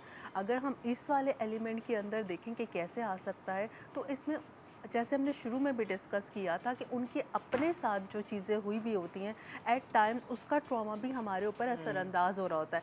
जब हम वहाँ पे कुछ नहीं कर सके होते हैं क्योंकि हम उस वक्त हेल्पलेस होते हैं। जैसे ही हम अपने अंदर जो है पावर फील करने की कोशिश करते हैं, तो हम उस पावर को किसी दूसरे के ऊपर नेगेटिवली यूज़ करते हैं, जिसके ऊपर हमारा जोर चलना या बस चलना शुरू होता है। तो अब एट टाइम्स हमें भी नहीं पता होता है कि हम अनकॉन्शियसली किसी के साथ ऐसे क्यों बिहेव कर रहे हैं, राइट? उसको क्योंकि आपको अपना बिहेवियर उसको पता नहीं चल रहा होता है और आप उसको जस्टिफाई भी इन अ वे कि ऐसे कर रहे होते हो कि नहीं तो नॉर्मल है, बिकॉज मैंने भी तो ये फेस किया है, मेरे साथ भी तो ये चल रहा है। तो ये इस तरीके से एक साइकिल चलता जाता है और चलता चला जाता है। लेकिन यहाँ पर एक और चीज़ को अंडरस्टैंड करने की ज़रूरत है हमें कि हम सबको कहीं ना कहीं रोज़ अपना एहतसाब करना चाहिए कि क्या हमारी ज़ात से आज किसी को नुकसान तो नहीं पहुँचा, राइट? हमने क्या आज के दिन के अंदर कंट्रीब्यूट किया है, चाहे अपनी लाइफ के अंदर या अपने इर्द गिर्द के लोगों की लाइफ के अंदर। लेकिन अगर हम में से हर कोई रोज़ ये सवाल पूछना शुरू करे, तो ये जो लोग हम फेस कर रहे हैं ना, रोज़ डिलेमा, रोज़ प्रॉब्लम, रोज़ कॉन्फ्लिक्ट, ये चीज़ें जो है ना हमारे अंदर ख़त्म होना शुरू हो जाएंगी। इधर वे पूरी तरीके से कम्प्लीटली एलिमिनेट तो नहीं हो सकती हैं, लेकिन एटलीस्ट हम उसको कंट्रोल कर सकते हैं या मॉडिफाई कर सकते हैं। आपके पास कभी कोई सास आई है इस तरह थेरेपी के लिए कि मुझे ना अपनी बहू से नफरत होती है, मुझे उसकी ये बात बुरी लगती है? मतलब ना लोग करते हैं जिनको ये अंदाज़ा हो जाए कि मैं क्या करूं, मैं ये चाहती नहीं हूं लेकिन मुझे ऑटोमेटिकली अपनी बहू से नफरत हो रही है या मेरा दिल चाहता है कि मैं उसको ताने दूं। कोई कभी ऐसा? सासें कभी थेरेपी के लिए वो चीज़ पे नहीं आती क्योंकि एक्सेप्टेंस नहीं होती है, क्योंकि हम तो बड़े हैं, उनको लगता होगा जो हम कर रहे हैं वो हम सही है। है, ठीक है ना? वो कभी भी उस चीज़ के लिए एडमिट नहीं करती हैं कि हमारा बिहेवियर गलत है या हमारे साथ ये आपको बातें जो है नॉर्मल कन्वर्जेशन में पता चलती हैं कि जब आप किसी ऐसी गैदरिंग में बैठे हों, किसी शादी में या किसी इस तरह की उसके कम्युनिटी इवेंट्स के अंदर आप बैठे हो, वहाँ पे जब ये बड़ी एज की ख़वातीन या जो सासें होती हैं वो बातें कर रही होती हैं, तो या फिर आपसे डिस्कस करती हैं कि जो है मेरी बहू तो जो है वो इस तरीके से या ऐसी है, तो फिर आपको इनसे काउंटर सवाल भी करना पड़ता है कि एट टाइम्स कि क्या आपने उसके साथ ऐसे वो चीज़ पे किया है, क्या कोई ऐसा बिहेवियर इस तरीके से है कि कहीं सम टाइम्स कुछ लोग एक्नॉलेज करते हैं, समझ जाते हैं, जो समझदार होते हैं या अपने बिहेवियर को चेंज करना चाहते हैं, और सम टाइम्स कुछ लोग कहते हैं चलो जी, तुमने तो ऐसी बातें वो चीज़ पे करना शुरू की कि राइट, हम कैसे वो चीज़ पे हो सकते। आजकल की लड़कियों को तो अकल ही नहीं है, समझ ही नहीं है। हमने ये बाल धूप में सफ़ेद नहीं किए हैं, हमने एक उम्र गुजारी है, एक वक्त गुजारा है, जिसके बाद हमने ये चीज़ को किया है। तो यहाँ पर ये है कि सबसे ज़्यादा आपके अंदर ख़ुद भी विलिंगनेस होनी चाहिए चेंज को एक्सेप्ट करने के लिए। अच्छा, क्या वजह है, अगर मैं साइकोलॉजिकल हवाले से पूछूं, उस वक्त जब आप अपने बच्चे के लिए वो लड़की पसंद करने जाते हैं, वो आपको इतनी अच्छी लगती है, आप वारे नियारे जा रहे होते हैं उसके लिए, जेवर, कपड़े, फलाना ढमाका, लेकिन उसके बाद आहिस्ता आहिस्ता जब वो आपके साथ रहने लगती है तो वो क्या एक इफ़ेक्ट होता है जो आहिस्ता आहिस्ता खिंचाव, तनाव, नेगेटिविटी ये शुरू होने लगती है? Comparison, insecurity. जब आपको ये लगता है कि आपका बेटा छिन जाएगा, यू नो, जब थोड़ी देर पहले उन्होंने बात की कि मामास प्रिंसेस, ठीक है, तो जब वो मामास प्रिंस होता है, मामास प्रिंस होता है लड़का, ठीक है, तो माँ को जो है वो चीज़ पे होता है कि मेरा बेटा छिन जाएगा या कोई और उसको कंट्रोल कर लेगी, फिर वो अब मेरे साथ ऐसे ख्याल नहीं रखेगा। सो ये आपके तो ये माओ को तब क्यों नहीं होता जब लड़के अपने दोस्तों में जाके बैठते हैं, उस वक्त माँ बाप को टाइम नहीं दे रहे होते हैं, पूरा पूरा वक्त मुझे ऐसा लगता है कि सासों को ये लगता है कि हमारे मुताबिक नहीं चल रही है। हाँ, तो मुझे लगता है उनमें बहुत ग्रज आ जाता है। नहीं, उनके मुताबिक भी चल रही हो तो ग्रज तो फिर भी आपने देखा होता है, बहुत सारी बहुएं तो बेचारी जो है वो हर चीज़ को मान रही होती है, हर काम कर रही नहीं, होती है, मेरा सब मतलब कुछ वो कर रही नहीं था। मेरा मतलब ये था कि जैसे वो अपने हिसाब से उठ रही है या उसने अपने हिसाब से किचन रखा हुआ है, तो सासें ये देखती हैं यार मैंने तो ऐसे रखा हुआ था, अब वो ऐसे। भाई आप दो इंडिविजुअल्स हैं ना, आपकी अपनी चॉइस है, मेरी अपनी चॉइस है, तो वो कभी कभी सासें एक्सेप्ट नहीं करती हैं कि मैंने तो इतना घर साफ रखा हुआ था, अब देखो घर तो क्या हाल हो गया।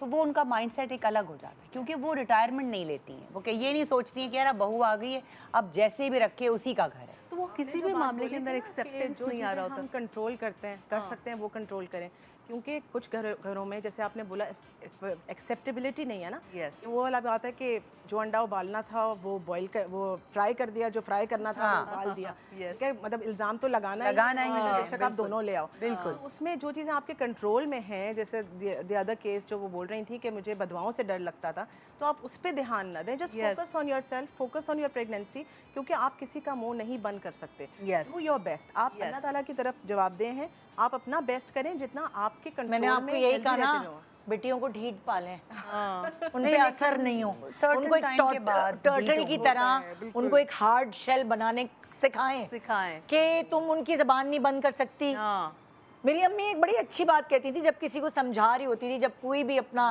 प्रॉब्लम लेके उनके सामने आती थी, अक्सर होता है ना, लड़कियां वो डायरेक्टर थी तो लड़कियां अपने दिल का हाल करती थी, तो मैंने उनको कहते हुए उनको सुना था कि जाहिलों की मुंह थोड़ी बंद कर सकती हो तुम फिर जाहिल बन जाओगे उनके साथ लड़ने में।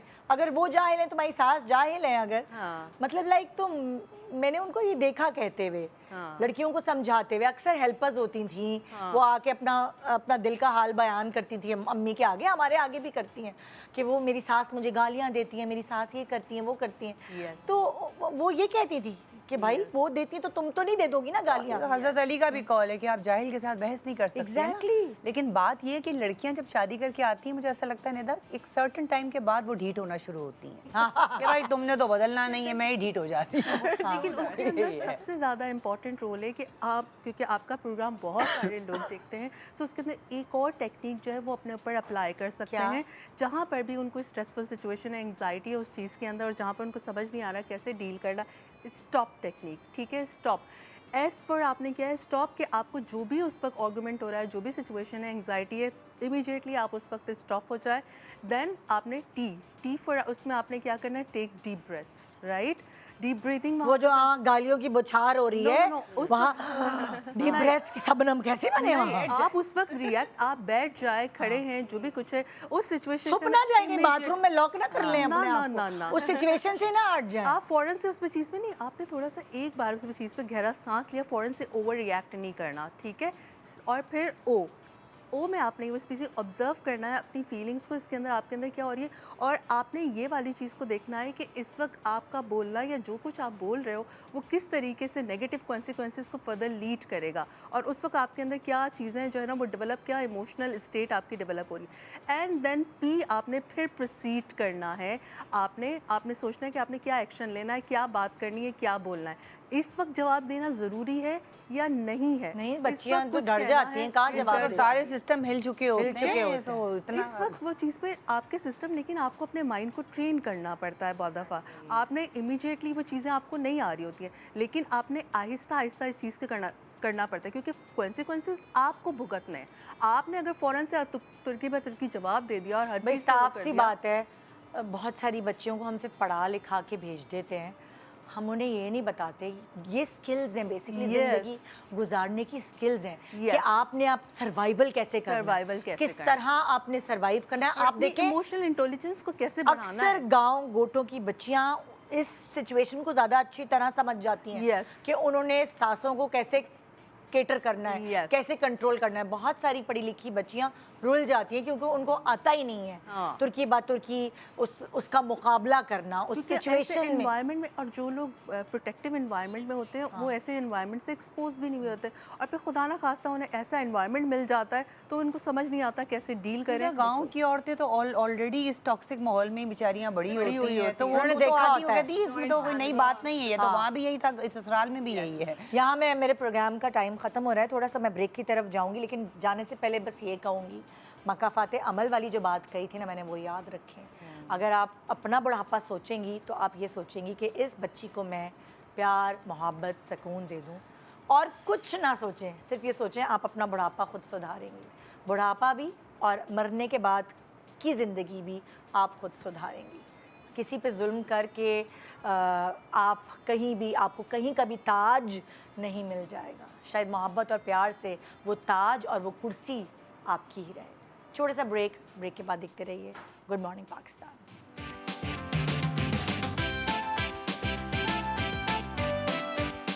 Welcome back, good morning Pakistan. आप देख सकते हैं मेरे सेट पे जो जो चीज़ें, जो प्रोडक्ट्स अवेलेबल हैं यहाँ सारी रखी हुई हैं, एक कलरफुल सा इम्पैक्ट दे रही हैं। ये हैं ओनली ऑरा की प्रोडक्ट्स, और यहाँ मौजूद ओनली ऑरा की टीम, जिसमें शामिल है मोहम्मद फराज साबिर साहब जो कि brand activation and PR manager हैं, और सिद्दीका एहतशाम साहिबा जो कि ब्रांड डेवलपमेंट मैनेजर हैं। उनसे पूछेंगे कि ये ओनली ऑरा क्या ये पाकिस्तानी ब्रांड है?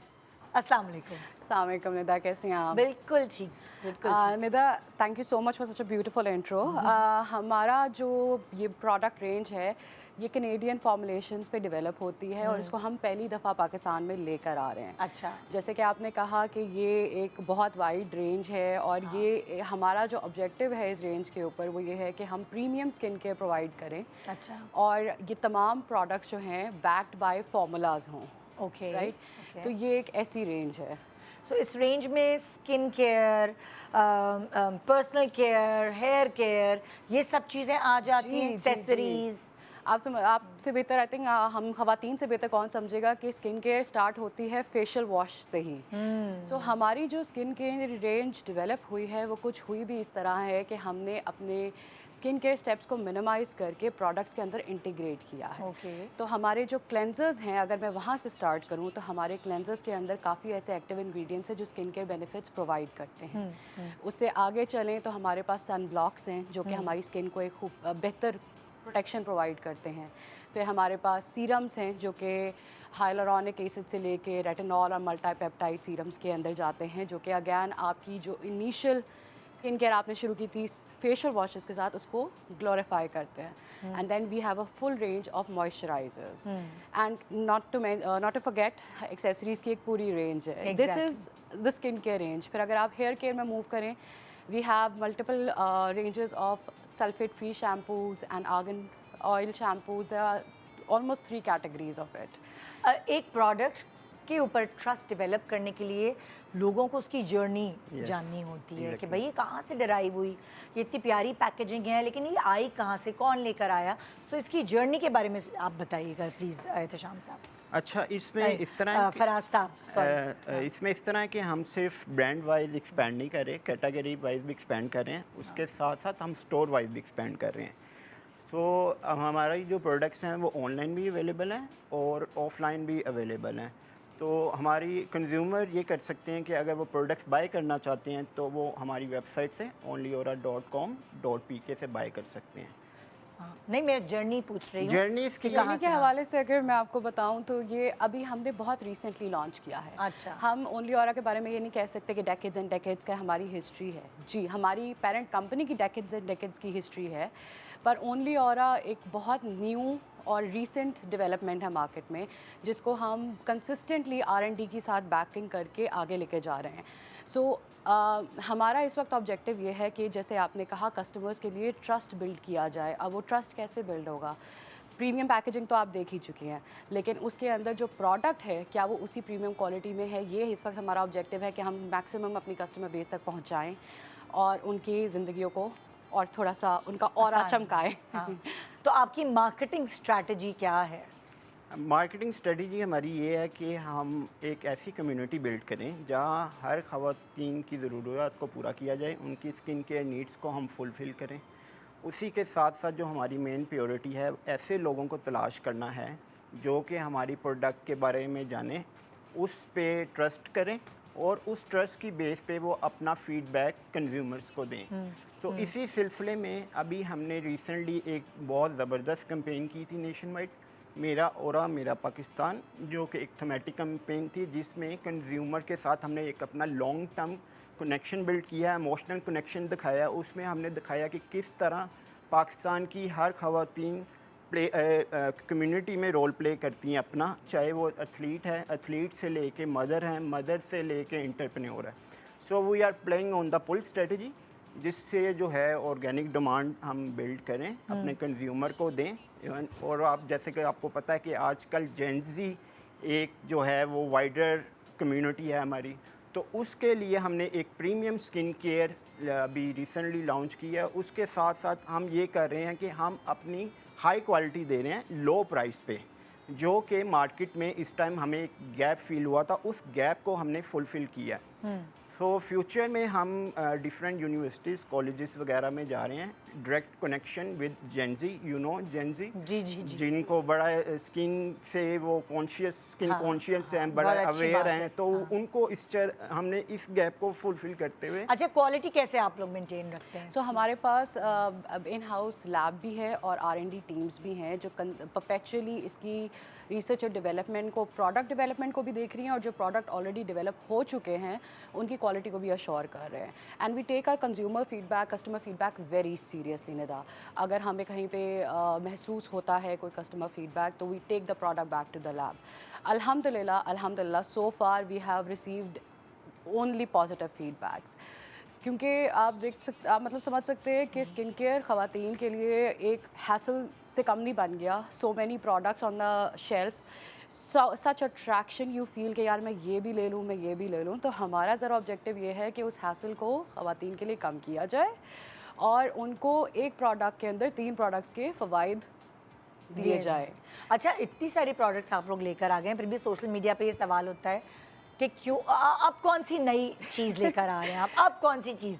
लोगों का दिल नहीं भर रहा, उनको और नई चीज़ें भी चाहिए। बिल्कुल, मैं समझ सकती हूँ और यही खूबसूरती है मेरे ख्याल से हमारी इंडस्ट्री की, हमारी क्या किसी भी इंडस्ट्री की, कि हम एज ह्यूमन जो हैं हमारी ख्वाहिश होती है कि बेहतर से बेहतर चीज़ आए। सो ये हमारी अश्योरिटी है आपको कि हमारी जो टीम्स हैं, जो न्यू प्रोडक्ट डेवलपमेंट टीम और R&D टीम्स हैं, वो कंसेक्यूटिवली काम कर रही होती हैं और very soon will be launching new ranges as well, इंशाल्लाह एक और वैरायटी के साथ।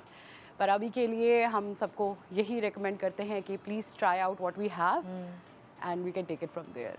क्या बात है। सो फाइनल मैसेज आपके कंज्यूमर्स को, हमारे व्यूअर्स को क्या देना चाहेंगे आप? हम यही मैसेज देना चाहेंगे कि जब हम ओनली ऑरा बना रहे थे तो हमारा जो ऑब्जेक्टिव था, जैसे फराज ने कहा, एक कम्युनिटी को बिल्ड करना था और इस कम्युनिटी को बिल्ड करने के वक्त की जो ऑब्जेक्टिव थी, उसके पीछे जो थॉट थी वो ये थी कि हर बंदे की एनर्जी होती है, हर बंदे का कॉन्फिडेंस और पर्सनालिटी होती है, उसको हमने सपोर्ट करना है, उसकी डेवलपमेंट को सपोर्ट करना है। तो हम अपने कंज्यूमर्स को यही मैसेज देना चाहेंगे कि हम अपने प्रोडक्ट्स के ज़रिए आपकी डेवलपमेंट और आपके ग्लो को बढ़ाने के लिए जो है एफ़र्ट्स कर रहे हैं। आप इसको इस्तेमाल करें और इंशाल्लाह इसका खूबसूरत बेनिफिट्स जो है। अच्छा, अवेलेबिलिटी कहाँ होगी इन प्रोडक्ट्स की? अवेलेबिलिटी जैसा कि मैंने आपको पहले बताया कि हम इसमें जो है ऑनलाइन भी अवेलेबल हैं, इसके साथ साथ रिटेल स्टोर्स पे भी अवेलेबल हैं ओवरऑल मोर एवर अगर आप कह सकती हैं कि हम नेशन वाइड अवेलेबल हैं, तो अभी फ्यूचर में मोर हम जो LMT IMT स्टोर्स हैं उन पे भी अवेलेबल होंगे।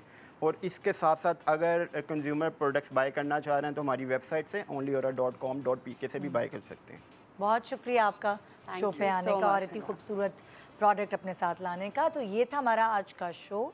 उम्मीद है आपने ना सिर्फ देखा होगा बल्कि उसे अब्जॉर्ब किया होगा और कुछ ना कुछ सीखा होगा। सो बहुत सारे लोगों की आंखें नम भी हुई जैसे मैंने कहा, और बहुत सारे लोगों की आंखें खुली भी होंगी। गुड मॉर्निंग पाकिस्तान, खुदा हाफिज़।